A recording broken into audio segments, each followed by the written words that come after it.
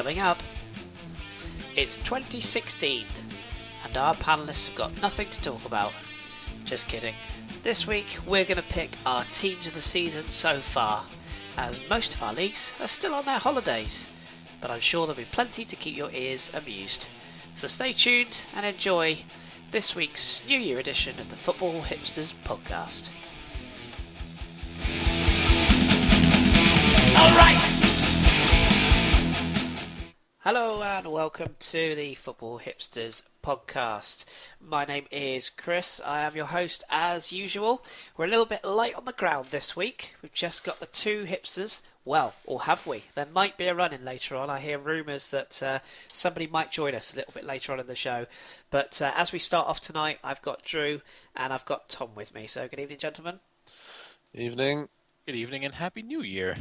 And the same to you. And of course to all of our fabulous listeners, all four of you. Hope you're having a lovely time.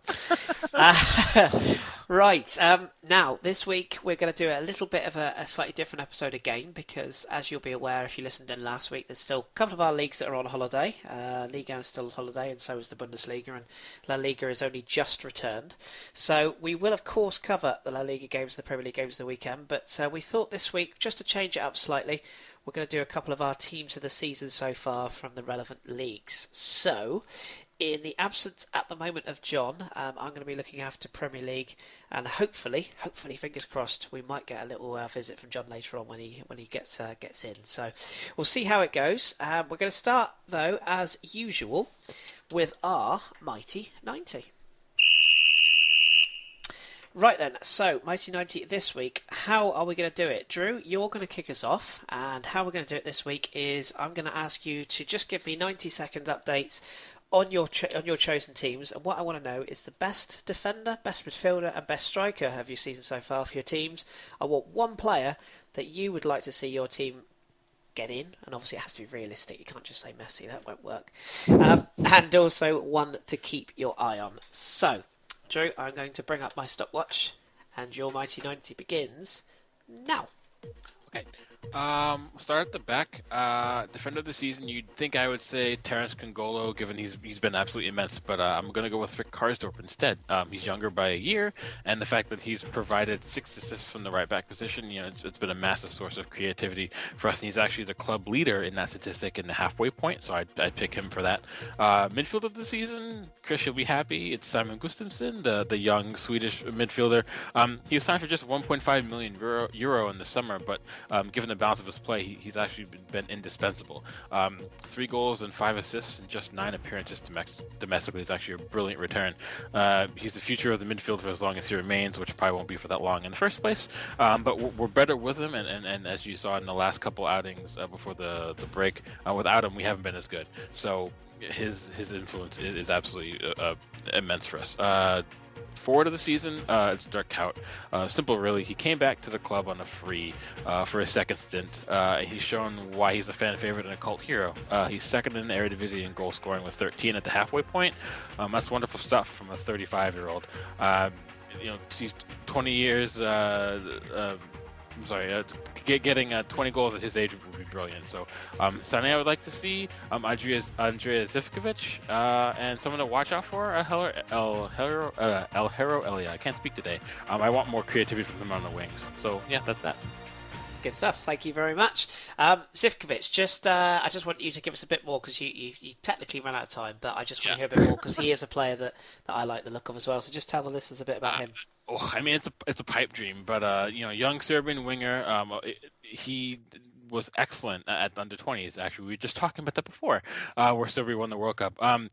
We have Jens Tornstra and Bilal Basakoglu in the depth chart, but he's probably one of the most underrated and not spoken of enough about wingers in world football right now. But he's probably the best up and coming Serbian player, apart from maybe 1 or 2 additions. So he's very, very good with the ball. He's very, very technically good, and he's also very, very creative from that side, and that's something we're missing. And the fact that Couch 35 and our other wide player options past Elia aren't the greatest. If you bring him in for a couple of seasons, it'd be good, because Serbians have a history of coming to the Netherlands and using it as a bumper move to a bigger league. So you might only get 2 or 3 years out of him, but it'd be a good stopgap to have him there for a replacement for Cout until someone comes through the youth ranks. So, yeah, there you go. Super. One to keep an eye on. And Elia, that's the ex-Werder Bremen, ex-Southampton, Elia, isn't it? Yes, correct. There we go. See, you learn something every day. Right, Tom, up next then. Same questions to you, obviously, with regards to Red Bull Salzburg. So, your Mighty 90 begins now.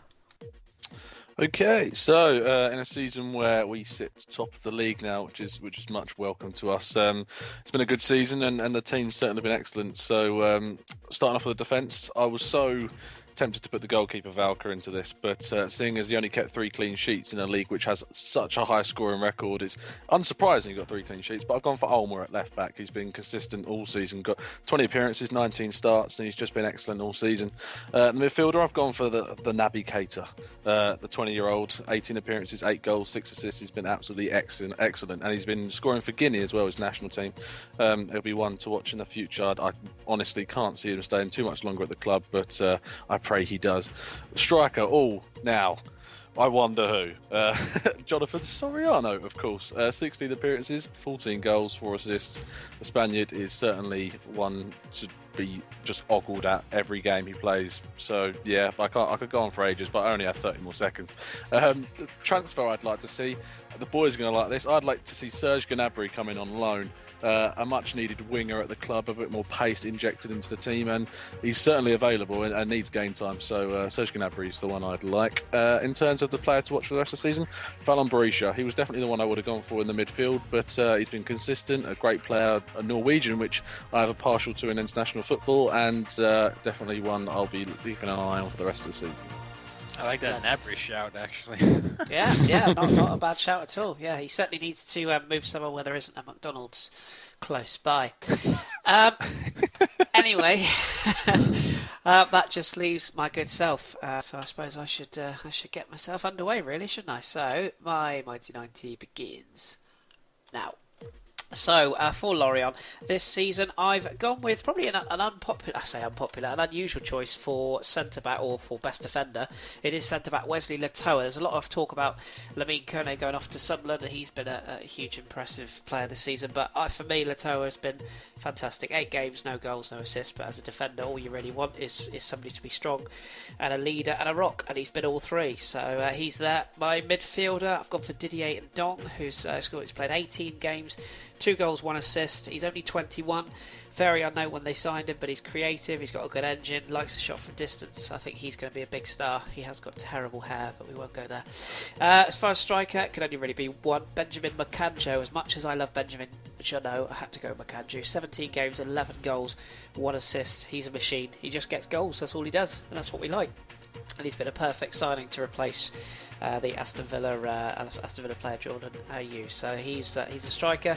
Player to sign, I've actually gone for an ex-Lorient player who I personally think you could get out of Lyon. He is Jeremy Morel. He used to play for Lorient at the start of his career. He's 31 now, but he's very much gettable to hopefully replace Kone. He's going to move on, although there is a lot of talk that Lindsay Rose will be that man. So we shall see. So at least I've got the right club. And finally, one to keep an eye on, it's Alexis Claude Maurice. He might not play this season, but I really hope he does, because he's a huge talent at the French under-20 level. So keep an eye out for him. There we go. Right. How'd you say Ndong without laughing? I can't do it. Can't do it. Always dragged it down, don't you? Always drag it down. It's a good job we haven't got Fabien Arce as well, isn't it? Isn't that a Russian bloke who was called Penis once? I'm pretty sure. Brian Penis. He was Dutch, I believe. Yeah. Oh, Dutch. Yeah, absolutely. He's one of the Football Ramble's favourite, Brian Penis. Yes, yes, he is. Yeah. Always keeping it highbrow here at the Football Hipsters. Always keeping it highbrow. Right. Okay. As I say, John's going to join us late, so he's excused to Mighty 90 this week. But who knows? I might even nab him later on, see if I can get him to do another recorded one for me. But we'll move it on. So let's take our usual trip then, as we go into the world of football.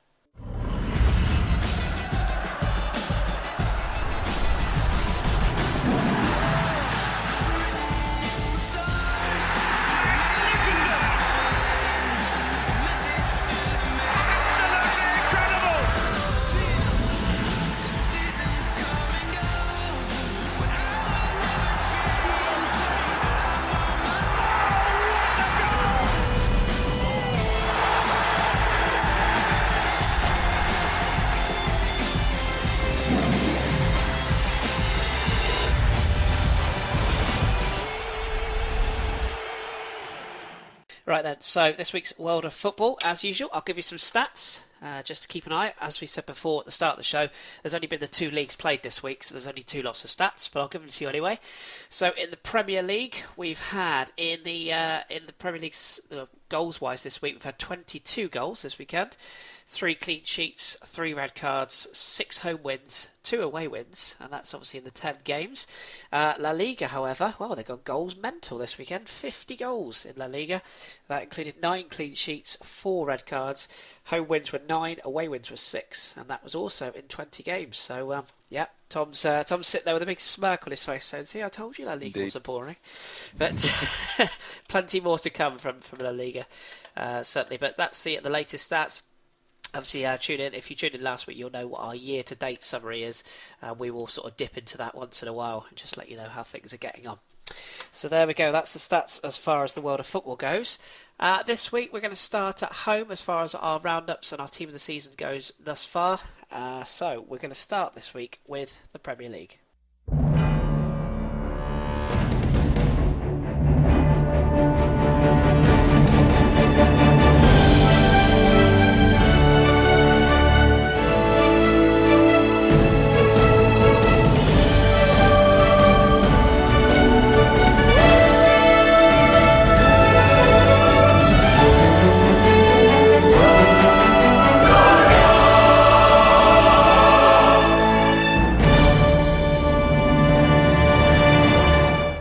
Right then, so in the Premier League this week, in the absence of Jake, who is hopefully going to return to us not too far away, and also Danny being away as well, I am going to look after the Premier League. Now, as I said at the start of the show, we're going to do kind of a team of the season so far, and then I'm just going to have a sort of a brief chat with the panel and maybe just sort of go through a couple of the players that we might want to highlight. So.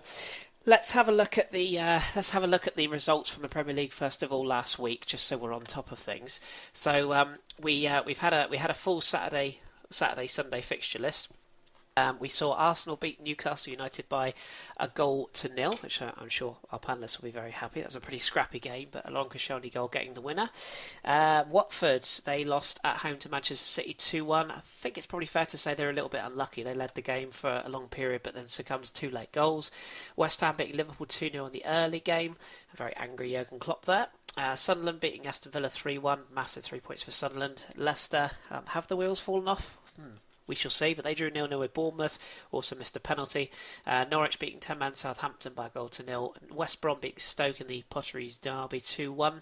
Manchester United finally getting a win against Swansea, also 2-1. And in the Sunday games, Crystal Palace, they were beaten 3-0 at home by Chelsea, who looked a little bit more like their usual selves. And Everton drew with Spurs 1-1. So that's the results. And as far as the table goes at the moment, Arsenal stay top with 42 points. Leicester in second on 40, Man City in third on 39. And you've got Spurs, Man United, West Ham, Palace, and Liverpool making up the top 8. At the bottom, it looks like Remy Gard's ship is sinking very fast. They're taking on water faster than they can shovel it out the back door. Unfortunately, they're bottom on 8 points from 20 games. Sunderland above them on 15 points, and then Newcastle 17, Swansea 19, Bournemouth 21, Norwich 23, along with Chelsea on 23 as well. So that's where the table stands. Let's have a little bit of a sort of a natter then about the team of the season put together. Now the boys were very harsh on me. They said no, you pick the team. We don't want to have any input. I offered, and they didn't want anything to do with it. So this is the team that I've picked. We've gone for Jack Butland in goal, the Stoke goalkeeper, who's I think we pretty much all had an agreement on that one. He's been outstanding this season. Left back I went for Arsenal's Nacho Monreal, with right back Crystal Palace's Joel Ward. Centre backs Lauren Koscielny and Chris Smalling of Man United. The 2 holding midfielders gone for Dele Alli of Spurs and N'Golo Kante of Leicester. With an attacking 3, how about this for a 3 behind a 1? You've got Kevin De Bruyne, Mesut Ozil and Dimitri Payet, with Jamie Vardy up top. And then as far as filling out the bench, we've gone with Jan Vertonghen, Kouyaté from West Ham, Ross Barkley, Riyad Mahrez, Arnautovic from Stoke, Igalo from Watford, and Romelu Lukaku. So, I just want to ask the panel, really, if they've got anybody that they disagree with or agree with. Drew, I know you thought I've chosen or chose the wrong centre back as far as the bench goes. So, what do you make of that team? I just honestly, I just feel like the way Spurs have looked over the course of the season and where their back four has looked, I feel like maybe one of them should have been in the 11. But Alderweireld has been fantastic this season, so I'm kind of surprised he wasn't there at all. But that's okay. It wasn't my team. You can let me off. I appreciate that. Tom, what about that attacking three? Anything you'd have to say about that? It's not bad, is it, with De Bruyne, Ozil and Payet? No, I guess you could argue you could put Barkley in there instead of Payet and swap them around in the bench, seeing as Payet has had the injury problems, but those three have certainly been excellent when they've been playing. Ozil's clearly, for me, been the best player in terms of a quality level all season. Just the way he sees things other people see, and I'm not biased in any way whatsoever. And Kevin De Bruyne has been excellent since coming from Wolfsburg. There's massive price tag, massive pressure, and he's dealt with it perfectly and been smashing it for Man City. And Payet's just been a breath of fresh air for West Ham, been a player that you haven't really seen at that club for many years. So definitely a good three. Yeah, I think he's going to be a star. Couldn't agree more. I know a few people will look at that team a little bit and think, Joel Ward? Why is he at right back? Well, I could have gone with Hector Bellerin, who definitely stands out for Arsenal this season. But I wanted to get a Palace player in, and I just think that they've improved so much defensively. Scott Dann was another one that I considered long and hard, but I just went with Joel Ward. I think he's come on leaps and bounds as a fullback. And let's be honest, it's because he scored against Chelsea, wasn't it? Oh, that helps. But I'm unbiased. I've picked two Spurs players, so it'd be only fair to pick them. Drew, just want to get your thoughts on the forward line there. Ighalo, Lukaku, Vardy. Anybody that you thought could have got in ahead of those three, or are they the obvious candidates? No, I think they're the obvious candidates. All three of them are not only are they playing exceptionally well, but they're playing exceptionally well for teams that aren't traditional powerhouses in the league. Vardy. He broke the record. Ighalo came out of nowhere from performing at a top level. And I know you always disagree with all of us, but Lukaku is a proven Premier League goal scorer, and he's making a case that Chelsea should have kept on to him. So I think those three make perfect sense. Yeah, I totally agree. I just want to ask before we move on to our next league then, anybody that either of you two would have had in other than the ones we've mentioned, anybody that you'd like to make a case for? Tom, I'll start with you. Ooh, it's a tough question. I'm not sure. I think you've chosen well, to be honest. I mean, Shaqiri's had a big impact at Stoke. I don't think he's been enough to get into the team. And just to add on to anything else you put, I think Arnautovic in that sub bench he's been excellent all season. He's really been sort of the player that sort of stayed and wasn't brought in to the sort of change in philosophy by Stoke. He is a tall player, and so fitted with their old philosophy, and has now sort of changed and gone with the passing, free flowing style that they are playing. So. And it'll be one to watch in the Euros, trust me. Yeah, philosophy has been linked with Salzburg this week, actually. Good player. Anybody from you, Drew? Anybody that you'd like to make a case for that's not made it in? Oh man, it's difficult. I do think like Tom said, you've chosen well, but I would probably give a shout at maybe two. You could say Virgil van Dijk, despite he had one howler this season, but he came into Southampton and did very, very, very well. And then you could also say maybe Jorginho Wijnaldum. A lot of pressure on him coming from the Eredivisie to perform, and his former teammate Memphis Depay has been absolutely awful for United, but he's been the one bright spot for Newcastle this season. And without when he's on, Newcastle usually wins. So you could argue with that, but on the whole, I think he did well. Yeah, Wijnaldum was definitely on my list. Kouyaté just got in. This is terrible. It's purely on the strength that I needed a holding midfielder on the bench. That's the only reason. Because when do we get to do flops of the season? That's what I'm looking forward to. Well, you never know. We might do something on that. Or failures of the transfer window. Perhaps we'll do that. Yes. We will be doing a transfer window sum up special pod. So maybe we could go through who we might think will flop and who we won't. It leaves us wide open for criticism, of course, because we'll probably say somebody's going to be terrible and they'll be brilliant. But yeah, no, I appreciate it. Thank you, gentlemen. I tried to choose as fairly and Well, I tried to be as fair as I could and unbiased as I could, but I think I've chosen fairly well. So no help from any of you. Although Drew, you did say that you wanted Mesut Ozil, which I wasn't surprised about. I think if I'd have left him out, I would have been sacked from my own pod. So hard feathered on the spot. yes, exactly that. So that does it for Premier League this week. As I say, we're not going to go into too much depth on the games this week purely because obviously John's not here and Dali's not here and Jake's not here. So you guys know the results. We'll get back to our normal sort of schedule as far as the in-depth results games goes next week. So let's move on then. Where are we going to go next? Let's now go on to let's do Bundesliga. Let's give Drew some time, shall we? So let's see what he's got in way of his team. So here comes our Bundesliga roundup.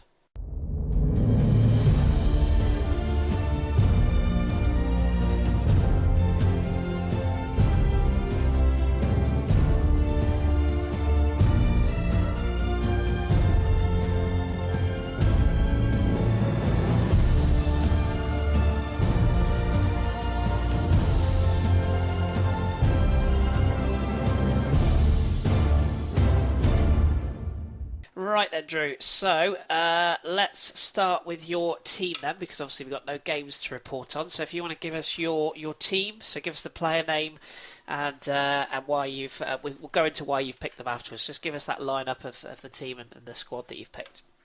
Okay, so I tried to keep it slightly hipster and not just throw in a combined 11 of Munich and Dortmund. I actually picked Ron-Robert Zieler for the starting goalkeeper, Jonas Hector at left back, Sebastian Langkamp at center back, also with Jonathan Tah at center back, and Matthias Ginter at right back. Arturo Vidal and Julian Weigl in center midfield. Then this was, as we spoke before, this was difficult for me.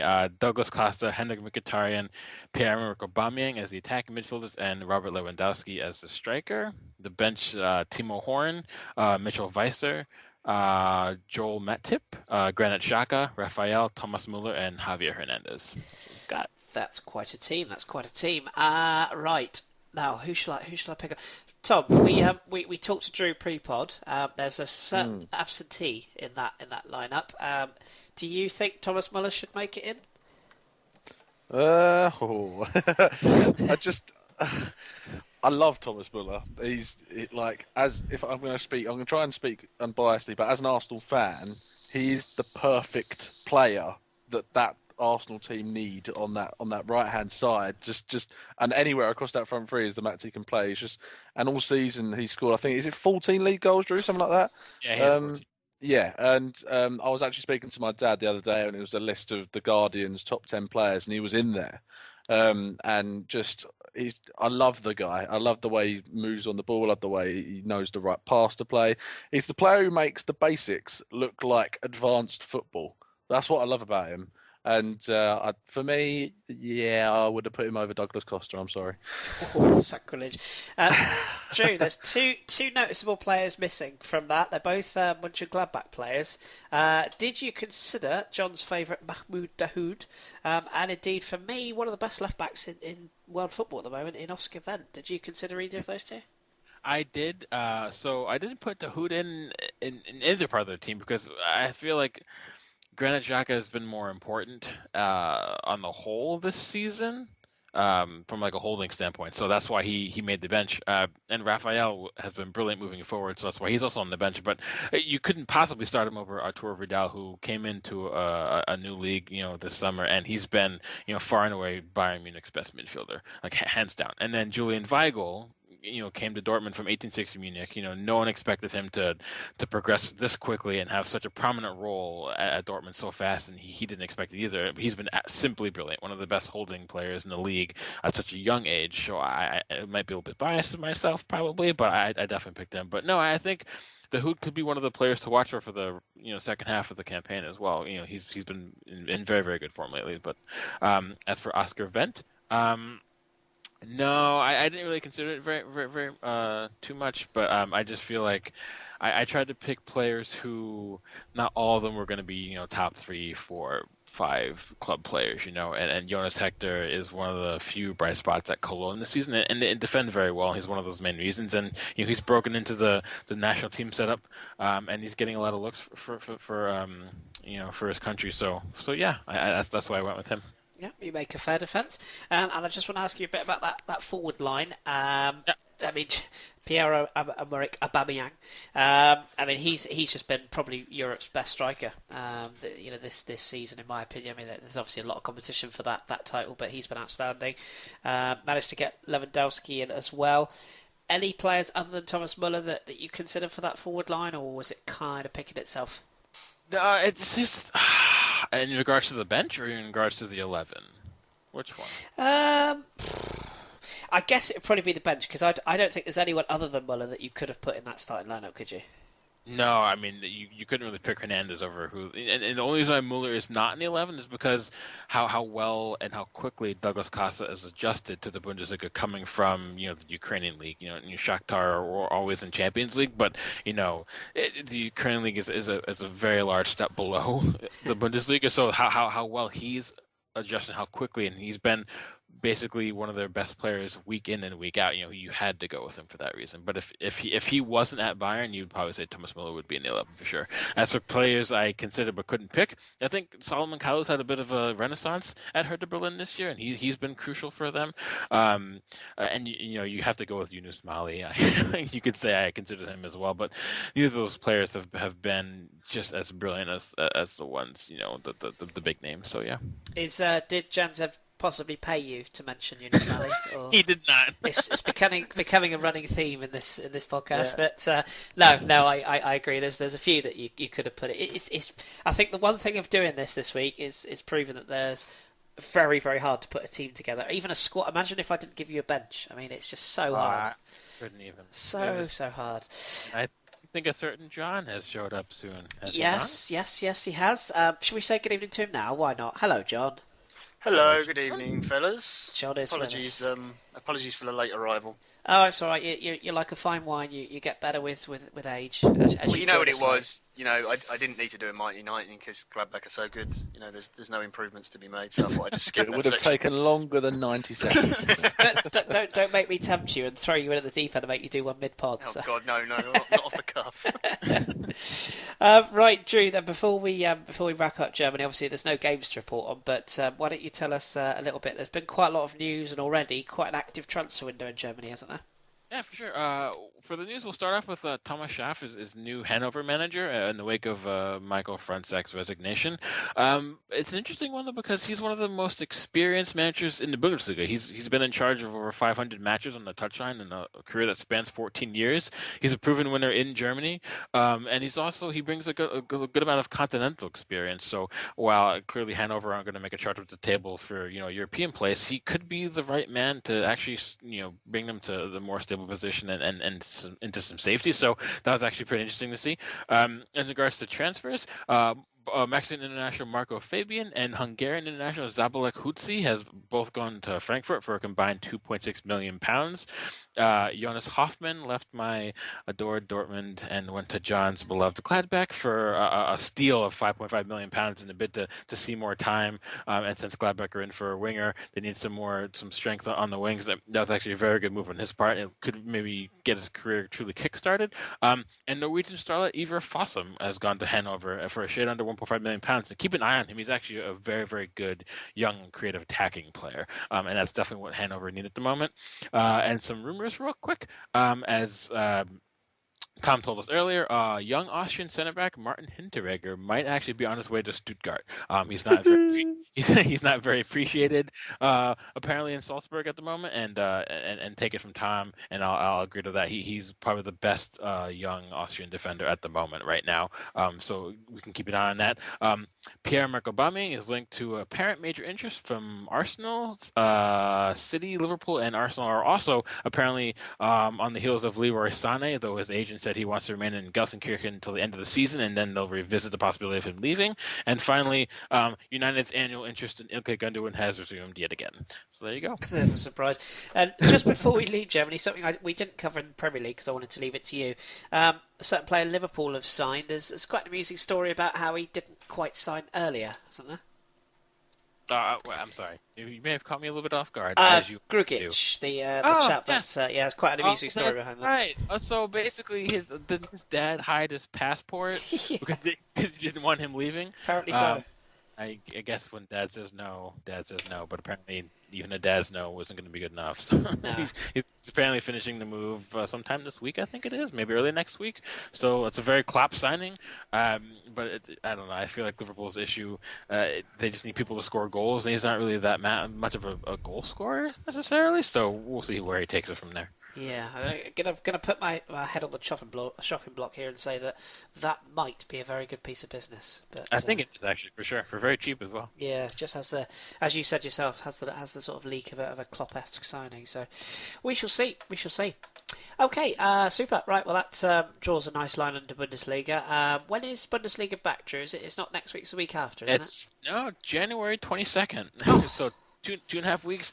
On Friday, it's Bayern Munich travel to Hamburg. So interesting way to kick off the second half of that campaign for sure. So you know what that means, don't you? That means you will now be our official transfer specialist for the next 2 weeks. I'll gladly In the Bundesliga. We'll try and find something out. We'll try and find something for you to fill your segment next week. We'll try and focus on. Perhaps we'll do a focus on the title race one week and maybe the relegation race the next week. Perhaps we'll think of something. Don't worry, we'll keep you involved.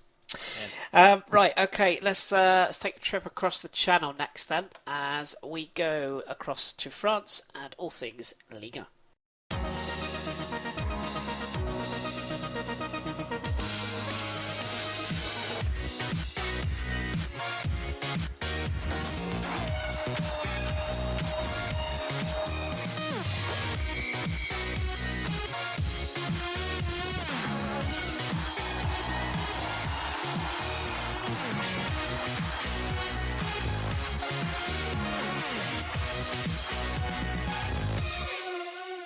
Right then, so I shall take the reins for this one then. Liga has not returned yet. We did have some midweek fixtures in the Coupe de la Ligue, which I could give some sort of brief highlights for. I know one certainly caught Tom's eye at the weekend. Certainly caught a lot of people's eye actually as far as goals. But Liga does return this week. Now, as far as the Coupe de la Ligue fixtures go, well, we had one result that really stood out above all of them, which was Monaco. They had a rather tasty victory, I think it's fair to say. Now, for those who don't know, the Coupe de la Ligue involves all sorts of clubs from all around France at varying different levels. At Monaco, they ran out 10-2 victors against Saint-Jean-Bellot. Very, very low-ranked, lesser sort of team. Obviously, by losing by 10 goals to 2, they're probably going to be. But Lachina Traore had quite an interesting day in that game because he scored 5 goals before half-time. They got sent off. So that was interesting. But other notable results, I can confirm Lorient are through. They beat Tours after extra time. It was a thriller, 3-2. Lyon, they also got back to winning ways. More on them in a second. They won 7-0 away at Limoges. St Etienne, they just about got through. Rayan Latap, they won on penalties after a 1-1 draw. PSG, they crawled over the line. Zlatan got the winner there. They go through against Pascal. And noticeable elsewhere, Guingamp, they're through. Lille are through. Who else? Caen have actually exited the competition. They went out on penalties to 10-man Marseille. Rekik was sent off. They went out at that stage. Montpellier, they're also through. Bordeaux, they were looking like they were heading out, actually. They were 2-1 down to Fréjus Saint-Raphael. But a late winner from Diego Roland got them through on the 90th minute. So there was a couple of games. It was actually a game played on the Monday evening as well. Between Nice if I can find the result, which you'll eventually get here, between Nice and Rennes, and that also went all the way to extra time, and Rennes ended up winning it on penalties. So Europe's great entertainers have gone out. There was a goal in that game for Hatem Ben Arfa, by the way, a late penalty, but it's in vain. Rennes are through. So that's the Coupe de la Ligue, and we've also sort of picked out a fixture just to look out for as Ligue 1 returns this weekend. The game I've picked out is Lyon. They're at home to Troyes. The reason I've picked this one out is because, sound the klaxons, Lyon have a new coach. Bruno Genesio is the new coach of Lyon. We've been saying for weeks now that Herbert Fournier's days were probably numbered, and they are indeed over. He has left the club. Genesio has come in. He's been with Lyon for a little while now. Actually, he kind of was at the club in 1983 to 1985 as far as a sort of a junior professional. Then he went on to play for the club before leaving for Nice, and then he's been in a coaching role from 2006 up until 2015, obviously the previous year, and he's now taken over as the full-time head coach. So it'll be very interesting to see how they get on with him and his tenure. So we'll keep an eye on that game, see how that turns out. Right, so let's turn our attention then to my team of the season so far. This was really tough, actually, really, really tough. Much like Drew, I had lots of ums and ahs. But I've gone with the following. I've gone with Verkutra in goal, who's the Cannes goalkeeper. Lots of clean sheets for Remy and his boys this season. He's just been outstanding. It was really, really tough. There's been a lot of good goalkeepers. I've gone with Serge Aurier at right back, the PSG right back. Left back, Gibril Sidibe, easy for me to say, the Lille left back. I've gone with my old friend Wesley Leteau, a Lorient centre back, with Damien De Silva, who's the Cannes centre back. The two holding midfielders, Lassana Diarra of Marseille and Sheikh Ndoye of Angers. Then with an attacking three of Angel Di Maria, flanked by Hatim Ben Arfa and Nkudu from Marseille. And then centre forward. This was a bit tough because Zlatan was the obvious choice, but I've gone with Michy Batshuayi. He really has been carrying Marseille on his back this week, this season I should say, so he's in there. As far as the bench goes, I've gone with Loic Perrin as the covering centre-back, Mario Pasalic on loan from Chelsea at Monaco, and Amphalis Mendy. Coziello from Nice also makes that. Larby, I love Larby, Mohamed Larby from Gazlec Ajaccio, Andy Delort and Benjamin Makanjo. You'll notice I didn't even put Zlatan on the bench. I thought I'd keep it full hipster. So let's turn to the panel then. Now, I know all of you watch an awful lot of French football. I know you're all over it week after week. You're constantly asking me questions.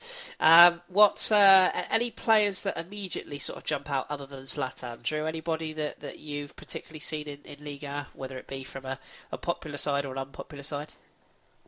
Say that one more time because you keep catching me off guard with your nonsense questions. any sort of fashionable players that are missing from that lineup that you would have thought, oh, he should have been in? I know you like Sofiane Boufal, for example.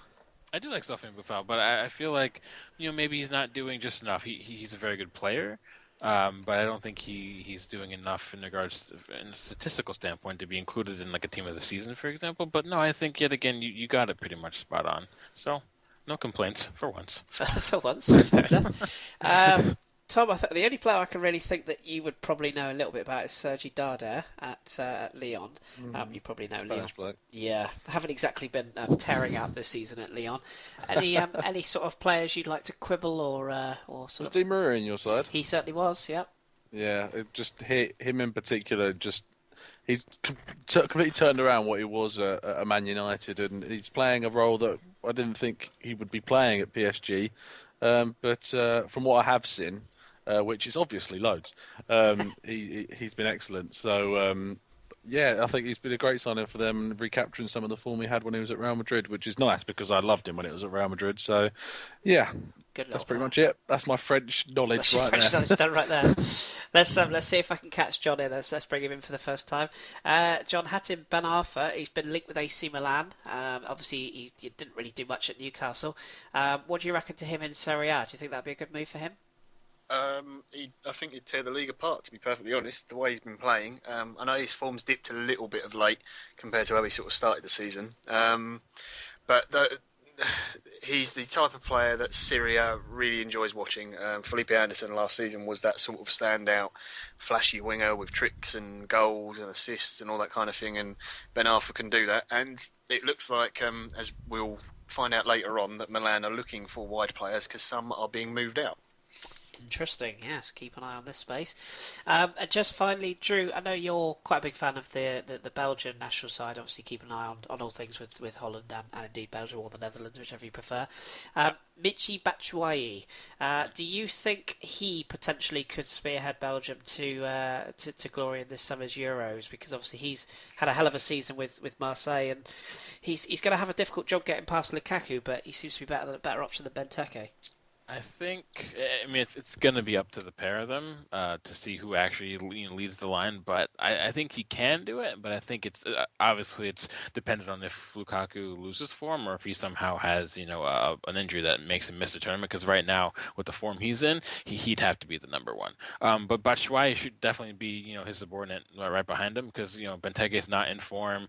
And Divock Origi isn't doing much at Liverpool right now. And then other Belgian strikers you might think of, they're either too young at the moment or they just don't have maybe bigger match experience. You would think of like players like Ivan de Camargo or Jelle Vossen, but if Jelle Vossen flopped when he came to England, so I would say he has a chance, but it's just depending on what Lukaku does.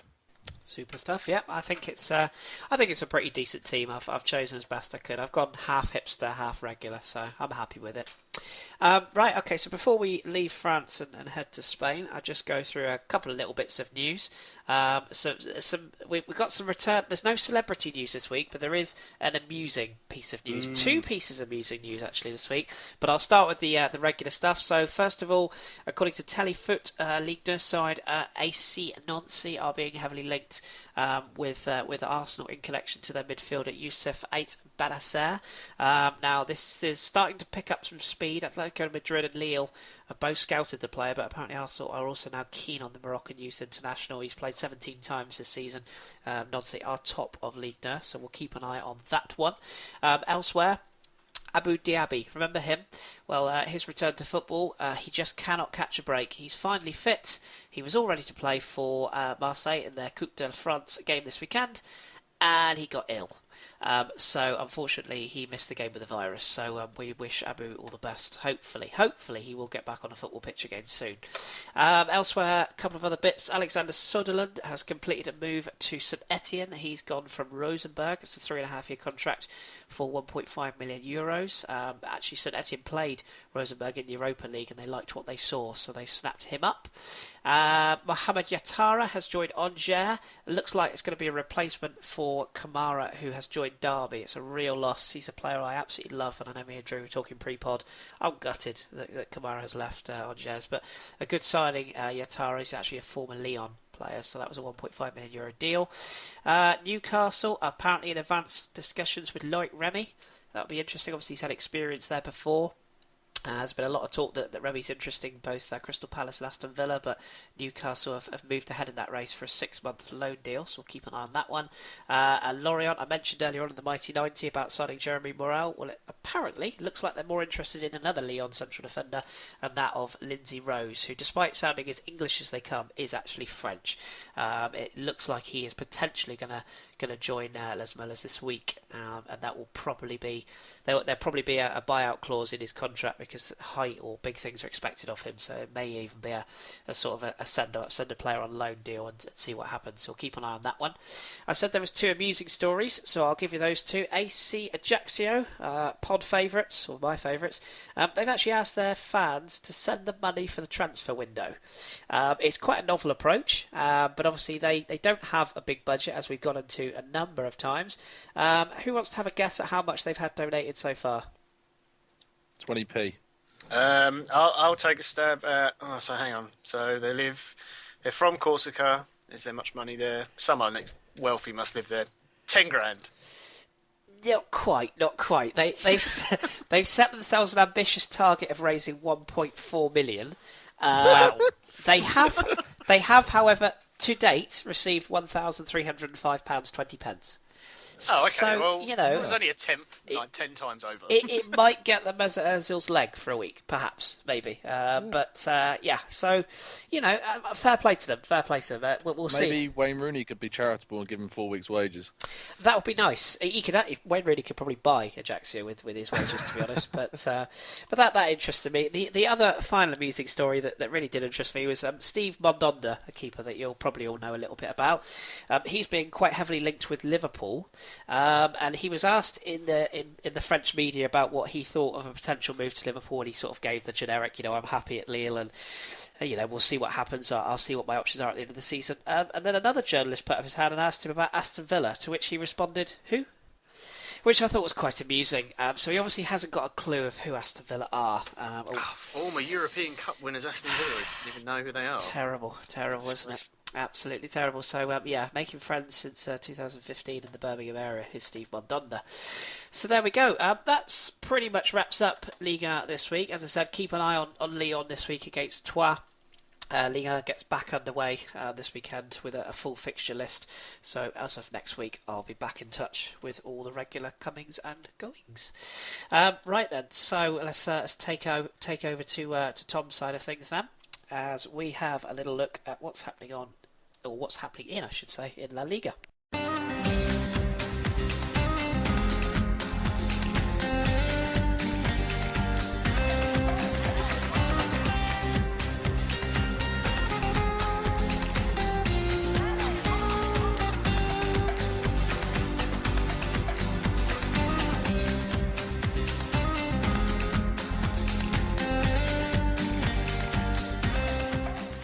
Right then, Tom. So, before we come to your team of the season so far that you've picked, there's been a full programme.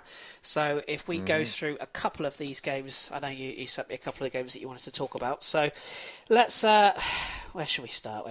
Let's start with. Well, we'll start with the big one. Let's work in reverse order. So, Valencia 2, Real Madrid 2. Now, there's been some news today. We can probably tie that into discussions. Let's talk about the game first of all. A bit of a crazy game. 2 goals within 71 seconds at the end. At the end of the fixture. A game that's ultimately cost a certain man his job. What did you make of the game? Because I really enjoyed it. It was a great advert for Spanish football, which John should definitely be taking note of. Benzema opened the scoring, and the goal was fantastic. Benzema starts it off, passes it to Bale. Bale back heels it to Ronaldo, who no look flicks it to his right, back to Benzema, and Benzema slots it in the bottom left hand corner. And it was an absolutely fantastic goal. And then Valencia equalised for a penalty, but it was quite funny because Real Madrid should have had a penalty from Bale being fouled, and then Pepe went and fouled Andre Gomez, and it probably wasn't even a penalty for that when Real Madrid's probably was.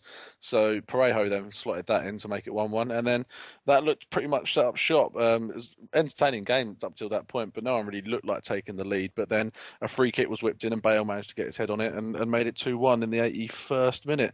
And then, as you say, 74 seconds later, Rodrigo pops up in the box, heads it across. Now Cassar equalises, and it all went quite mad. And then it was one of those games where you really didn't want the final whistle to come, and Negredo really should have finished it off at the end, shooting straight at Keylor Navas. So great 2-2 finish.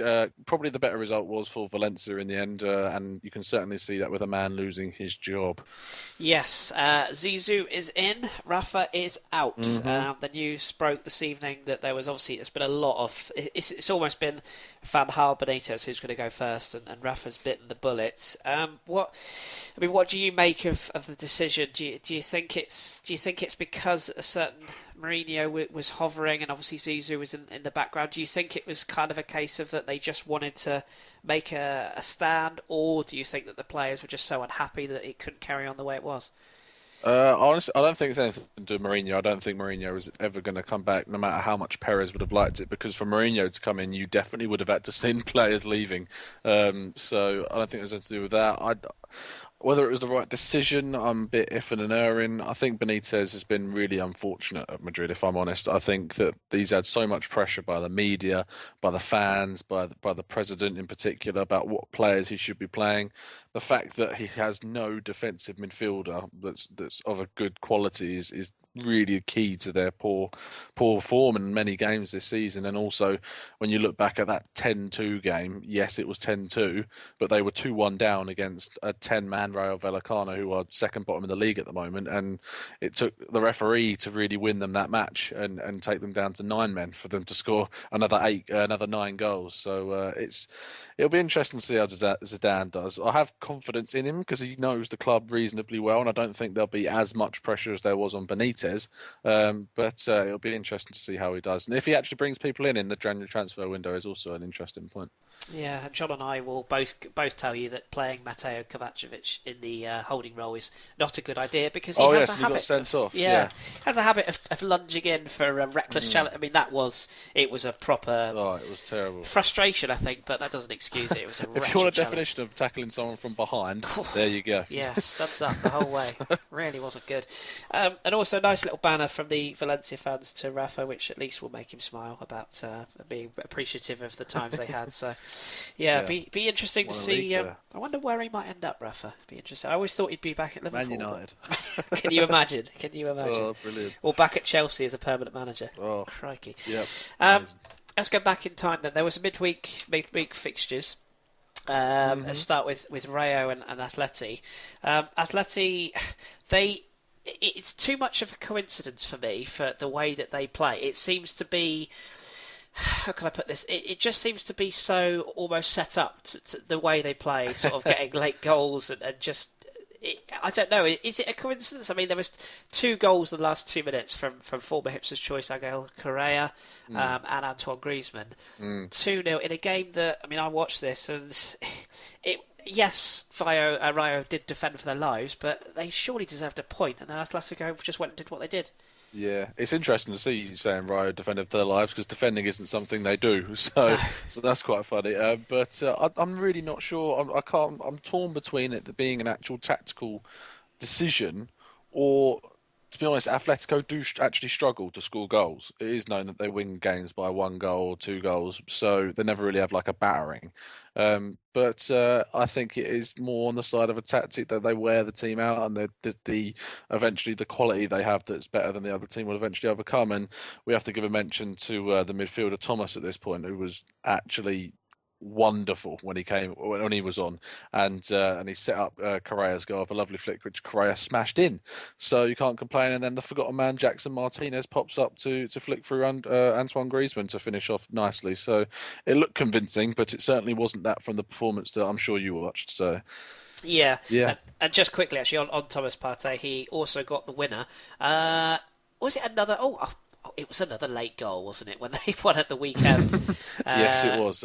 So I mean, it just strikes me that I'm sure Simeone would like them to have it wrapped up within 10 minutes of every game, but there's just so many late goals. They just don't know when they're. Coca hit the bar in that game as well, so they do try and attack it. They just don't like to until the 80th minute plus. So. No.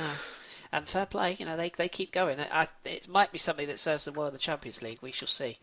Very fit side. What about Athletic Club or Bilbao, whichever you prefer? A winner from Raul Garcia at Celta Vigo. Much like Leicester, is the dream dying for Celta? So we get asked this I do get asked this every single week, and it's between them and Villarreal, and they keep up and down. But it's seeming like the dream ending. I was going to bring up a news point, but I'll bring it up now that they've lost Augusto Hernandez to Atletico Madrid, and since they've lost him, they lost both matches at the weekend. They lost to Bilbao, and then they lost to in Malaga, which is another team that are on the rise. So it's still tough to call it, but I think they could still get Europa, and I hope they do, because I really like Celta. I really like Nolito in particular. But Raul Garcia had a great match against them, and he's one of the signings of the season. I was thinking about him last week when I was doing my signing of the season, and Conor Plianka got it, but Raul Garcia certainly could have been there, and he's been great all season. So I hope they do well, but it's the worrying signs there, and with the team that beat them, Bilbao, on the rise, you could see them certainly be taking them over pretty soon. Yeah, watch this space. We definitely want to see these teams stay towards the top, but it's just so hard in a league where you've got 3 massive heavyweights. It's just one other game I just wanted to briefly get your thoughts on. Another game I watched yesterday, Villarreal, coming away from home and getting the points off Deportivo, who generally don't lose at the Riazor. The penalty for the winner, it was kind of madness, but Bruno having another really good game. More on him later. What's your thoughts on Villarreal? Because they're up to, is it 4th now? So yeah, they're 4th. They're doing all right, aren't they? Yeah, they're 5 points clear as well in 4th. So you're sort of getting a bit of a gap between them and Celta and whoever's in the chasing pack, and it's they really are trying to put a stamp on that fourth position. I mean, Bruno is having an excellent season, and we spoke about him a few pods ago as being one of those players who is a very loyal player to the team. He's been there for many years now. He scored the winner against Valencia, which was a huge 3 points in the midweek fixtures, and then he's got both goals against Deportivo. And as you said, Deportivo hardly lose at home, and they're a team who's doing really well. Lucas Perez didn't get on the score sheet this week, but Luis Alberto did, equalising the 48th from Bruno's opener, and then in the 95th minute, as you just said, absolute madness. It's completely barbaric push on. I think it was. Bakambu started off the move, and Bruno might have been the man in the middle to get fouled. I wasn't exactly sure who it was, but if you can imagine on a basketball court when you're trying to vie for the ball and someone's got the ball in their hand and they're just taller than you, so you just shove them over. That's pretty much what happened. So in the 95th minute, absolutely barbaric. Yeah, it was a really strange. It really was strange. I think Bakambu had gone off at that point. But I think you're right. I think it was Bruno that got taken down for. It was just such a silly penalty to give away, and in a game that they were pushing to win as well. Deportivo, they'll be gutted. Okay, well, give us a rundown on any other news in La Liga this week, and also if you could just give us a fixture to look out for both for La Liga and indeed you got Copa del Rey next week. Yeah, so news, obviously, the big one's Rafa being sacked and Zidane being in. And the biggest news I can really find, because transfers are a bit quiet in the Spanish regions, which is a bit weird at the moment. But the game which I've picked for the fixtures, Barca Espanyol, the news being is that Barca can play Arda Turan and Alex Vidal. So you'll be seeing them two, surely will be in the lineup for that match. The fixture I picked for the La Liga next week is Sevilla Bilbao. And if I can do a very brief rundown of what the table looks like at the moment, Atletico are finally top on 41 points, 2 points clear. Barca behind them and Real third. Villarreal, as I said, is fourth, established now, 4 points clear above Celta. At the bottom, Levante still 20th on 11 points. Real are 19th. Sporting are in 18th on 15th, but they have a game in hand. However, that is against Barcelona. Granada on 17th. Granada 17th on 17. Las Palmas also on 17, and Sociedad also on 17. So the table's starting to take some more structural state at the moment. So yeah. Yeah, and do you think that just a quick question before we move on, the sort of the issue, obviously Real Madrid have exited as we well know that the Copa del Rey now. Do you think that might actually be a benefit to them moving forward? Because am I right in saying that it's all January Copa del Rey and it's 2 legs, so you're playing twice a week for all those weeks? Do you think that might benefit Real to kind of go a bit of a charge? I'm not sure. You normally just see a new manager bounce, but the Copa del Rey has always been a thing that's been there, and Real have been quite successful in the Copa del Rey, getting to the final and winning it and semi-finals and whatnot quite regularly. But they have a big squad anyway, so they should have been able to cope with the rigours of playing 2 fixtures a week, but it possibly will do. Barcelona have been on a massive tour around Asia at the moment with their Club World Cup success, so you never know, but I wouldn't see it having a massive strain on their season. Cool, no worries. We'll keep an eye on that, and obviously Zizou, who's his first match against for Real? I'll get back to you on that when we do the team of the week. Sorry, no worries. I can look it up for you if you like, but no, it'll be interesting just to see how Zidane gets on, because he hasn't really got any experience other than, I think he managed Real Madrid. Was it the C team, B team maybe? He managed the B team, the Castilla, yeah. Interesting. Well, we'll certainly keep an eye. They're at home to Deportivo, by the way, as he frantically interesting. Texas. That's 7:30 UK time on Saturday. Probably lose that. Yeah, sod's law. They certainly need to keep winning if they are to stay up there. So Villarreal only a point behind them as well. So yeah, we'll have Zizou watch in the coming weeks. Super. Okay, right. Let's move on then. We've dragged John on, so it'd be rude not to get his thoughts on all things Italian. So let's have a nip over now then to Serie A.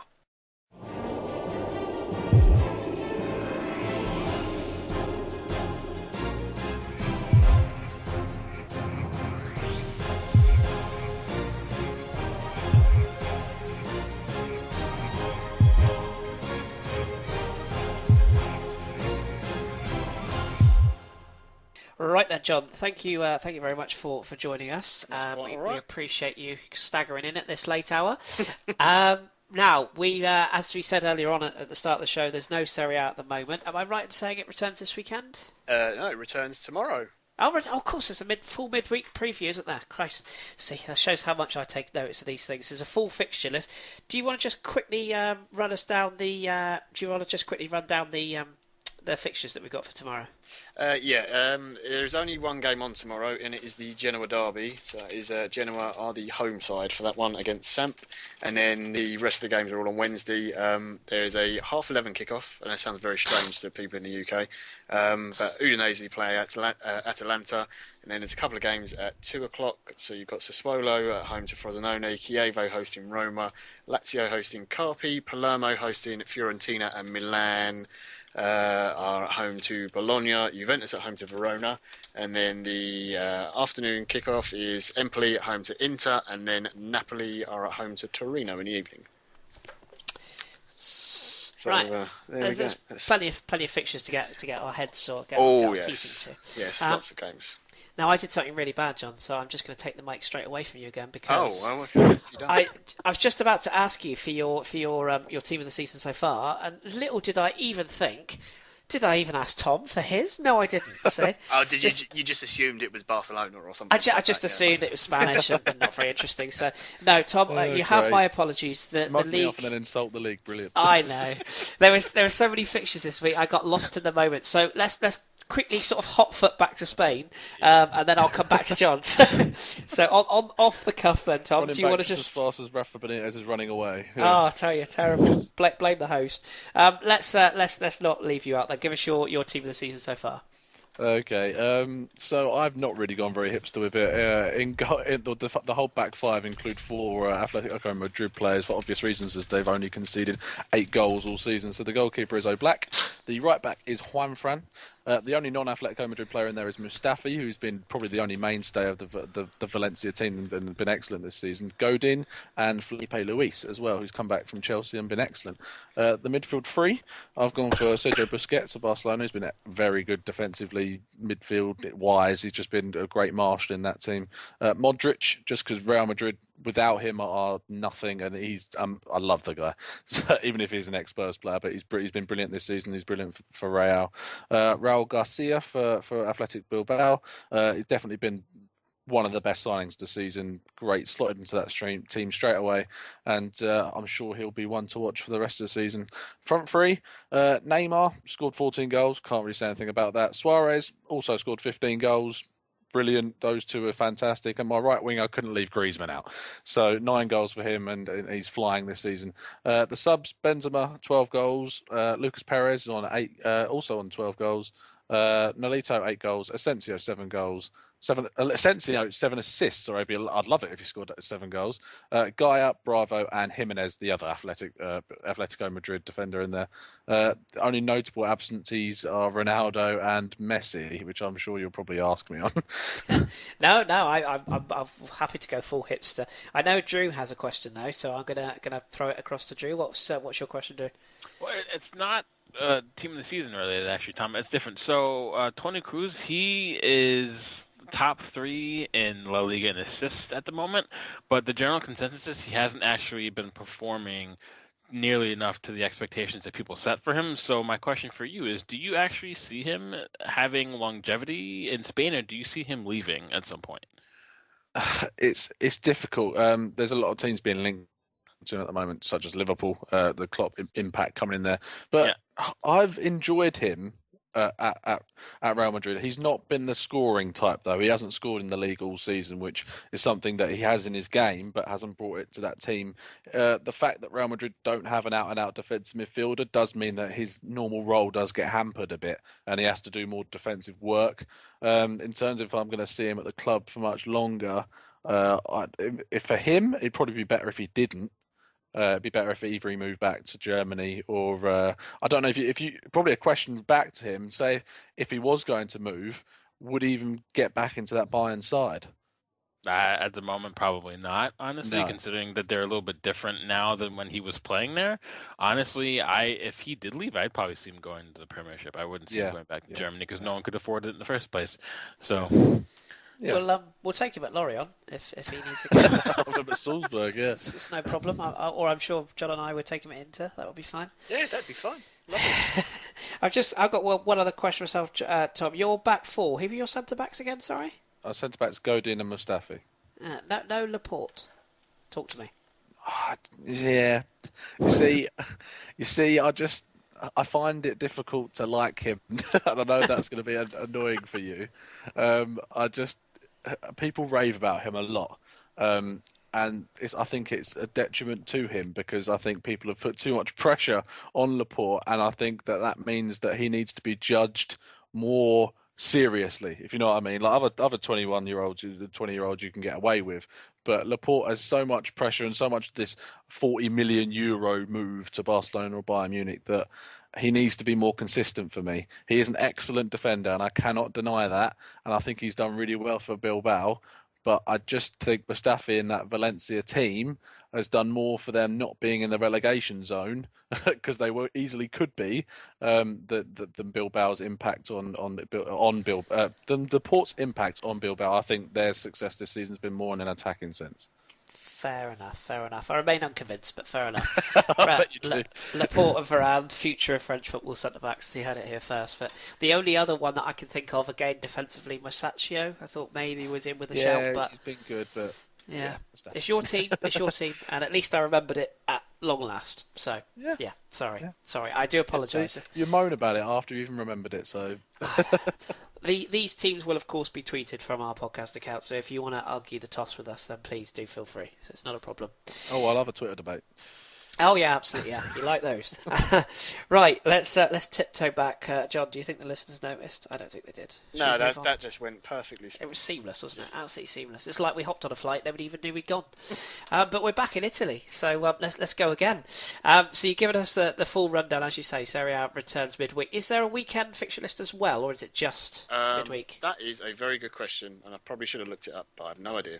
I assume there is. Yeah. I was going to say, I think there is. Yeah, I think there is. So there's plenty. Indeed, there is. Yeah, there's 3 games on Saturday, and the rest is on Sunday. So yes. we'll be across those as usual. Right, let's get to it then. The meat and potatoes of what you've picked. So I think I'm right to say you've gone for a rather un-Italian 3-4-1-2 formation. Yeah, it's you say un-Italian. I suppose it's not really, is it? 2 full, 2. Yeah, I suppose it's not really. Yeah, the problem is that my wing backs aren't really wing backs. No. who have you gone for in your squad then?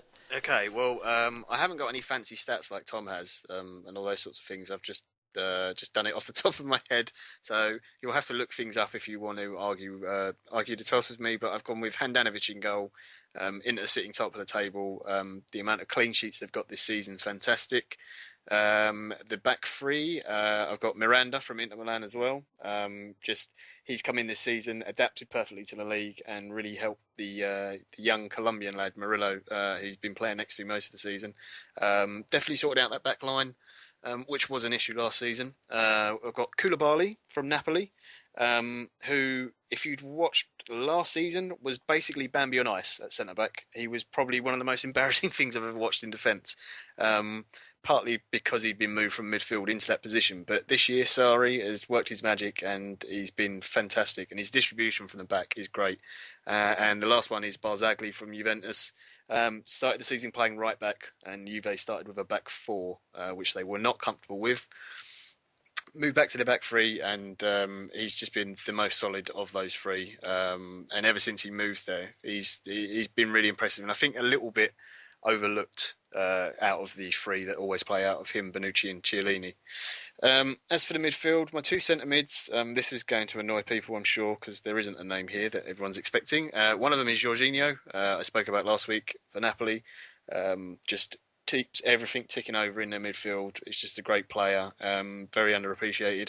The other is Boya Valero, whose name I've just butchered, I've realised, for Fiorentina. Again, he's been in the league a while now, and he just keeps that Fiorentina midfield going, much like Jorginho does for Napoli. Either side of those, I have Mo Salah, who's been out injured for a while now, but what he gave to Roma at the start of this season, he really, really was one of the reasons why they were looking like early contenders for winning the league, and the speed that he could break at. The other side, I've got Bonaventura from Milan, who has really stepped up this year. showing a lot of creativity, more goal-scoring threat, and playing from a wide left position rather than central seems to have really suited him. Just in front of them, in the number 10 hole, I've got Insigne, who I couldn't leave out. He's one of my favourite players. He's just great. He's had a really good year. There's a lot of hype around him anyway. A lot of sort of comparisons to Diego Maradona, obviously because of the Napoli connection there. And he's taken it all in his stride. And then the front two, probably not that surprising. One is Dybala. Big money move from Palermo to Juventus. A lot of pressure on him. Took it perfectly well. Been one of their best players, and he partners Gonzalo Higuain, who's well in front for the race for the Capocannoniere, which is the Golden Boot in Serie A. And just in unbelievable form. And as his manager says, he even says to him now, despite his form, if he wasn't so lazy, he would be the best striker in the world, which is perhaps a little bit of a stretch, but I thought quite funny. As for the sub bench, these were the sort of very close to Pepe Reina of Napoli. Been in really good form this year. Broke the record for minutes without conceding a goal in Europe. Marcos Alonso, also from Fiorentina, the left back, really, really good. Been probably the best fullback in the league this year. If you said to Bolton fans many, many years ago that he'd be one of the best defenders in Serie A, I think they would have laughed at you. Martin de Roon, who I talked about last week as well in midfield from Atalanta, very, very good player. They got him at a very good price. I can see him possibly getting a move in the summer to a bigger Serie A club. Pjanic, who has dipped in form lately, but again, start of the season, every free kick he took just seemed to go in, and it seemed to be, I'm the new Andrea Pirlo in Serie A.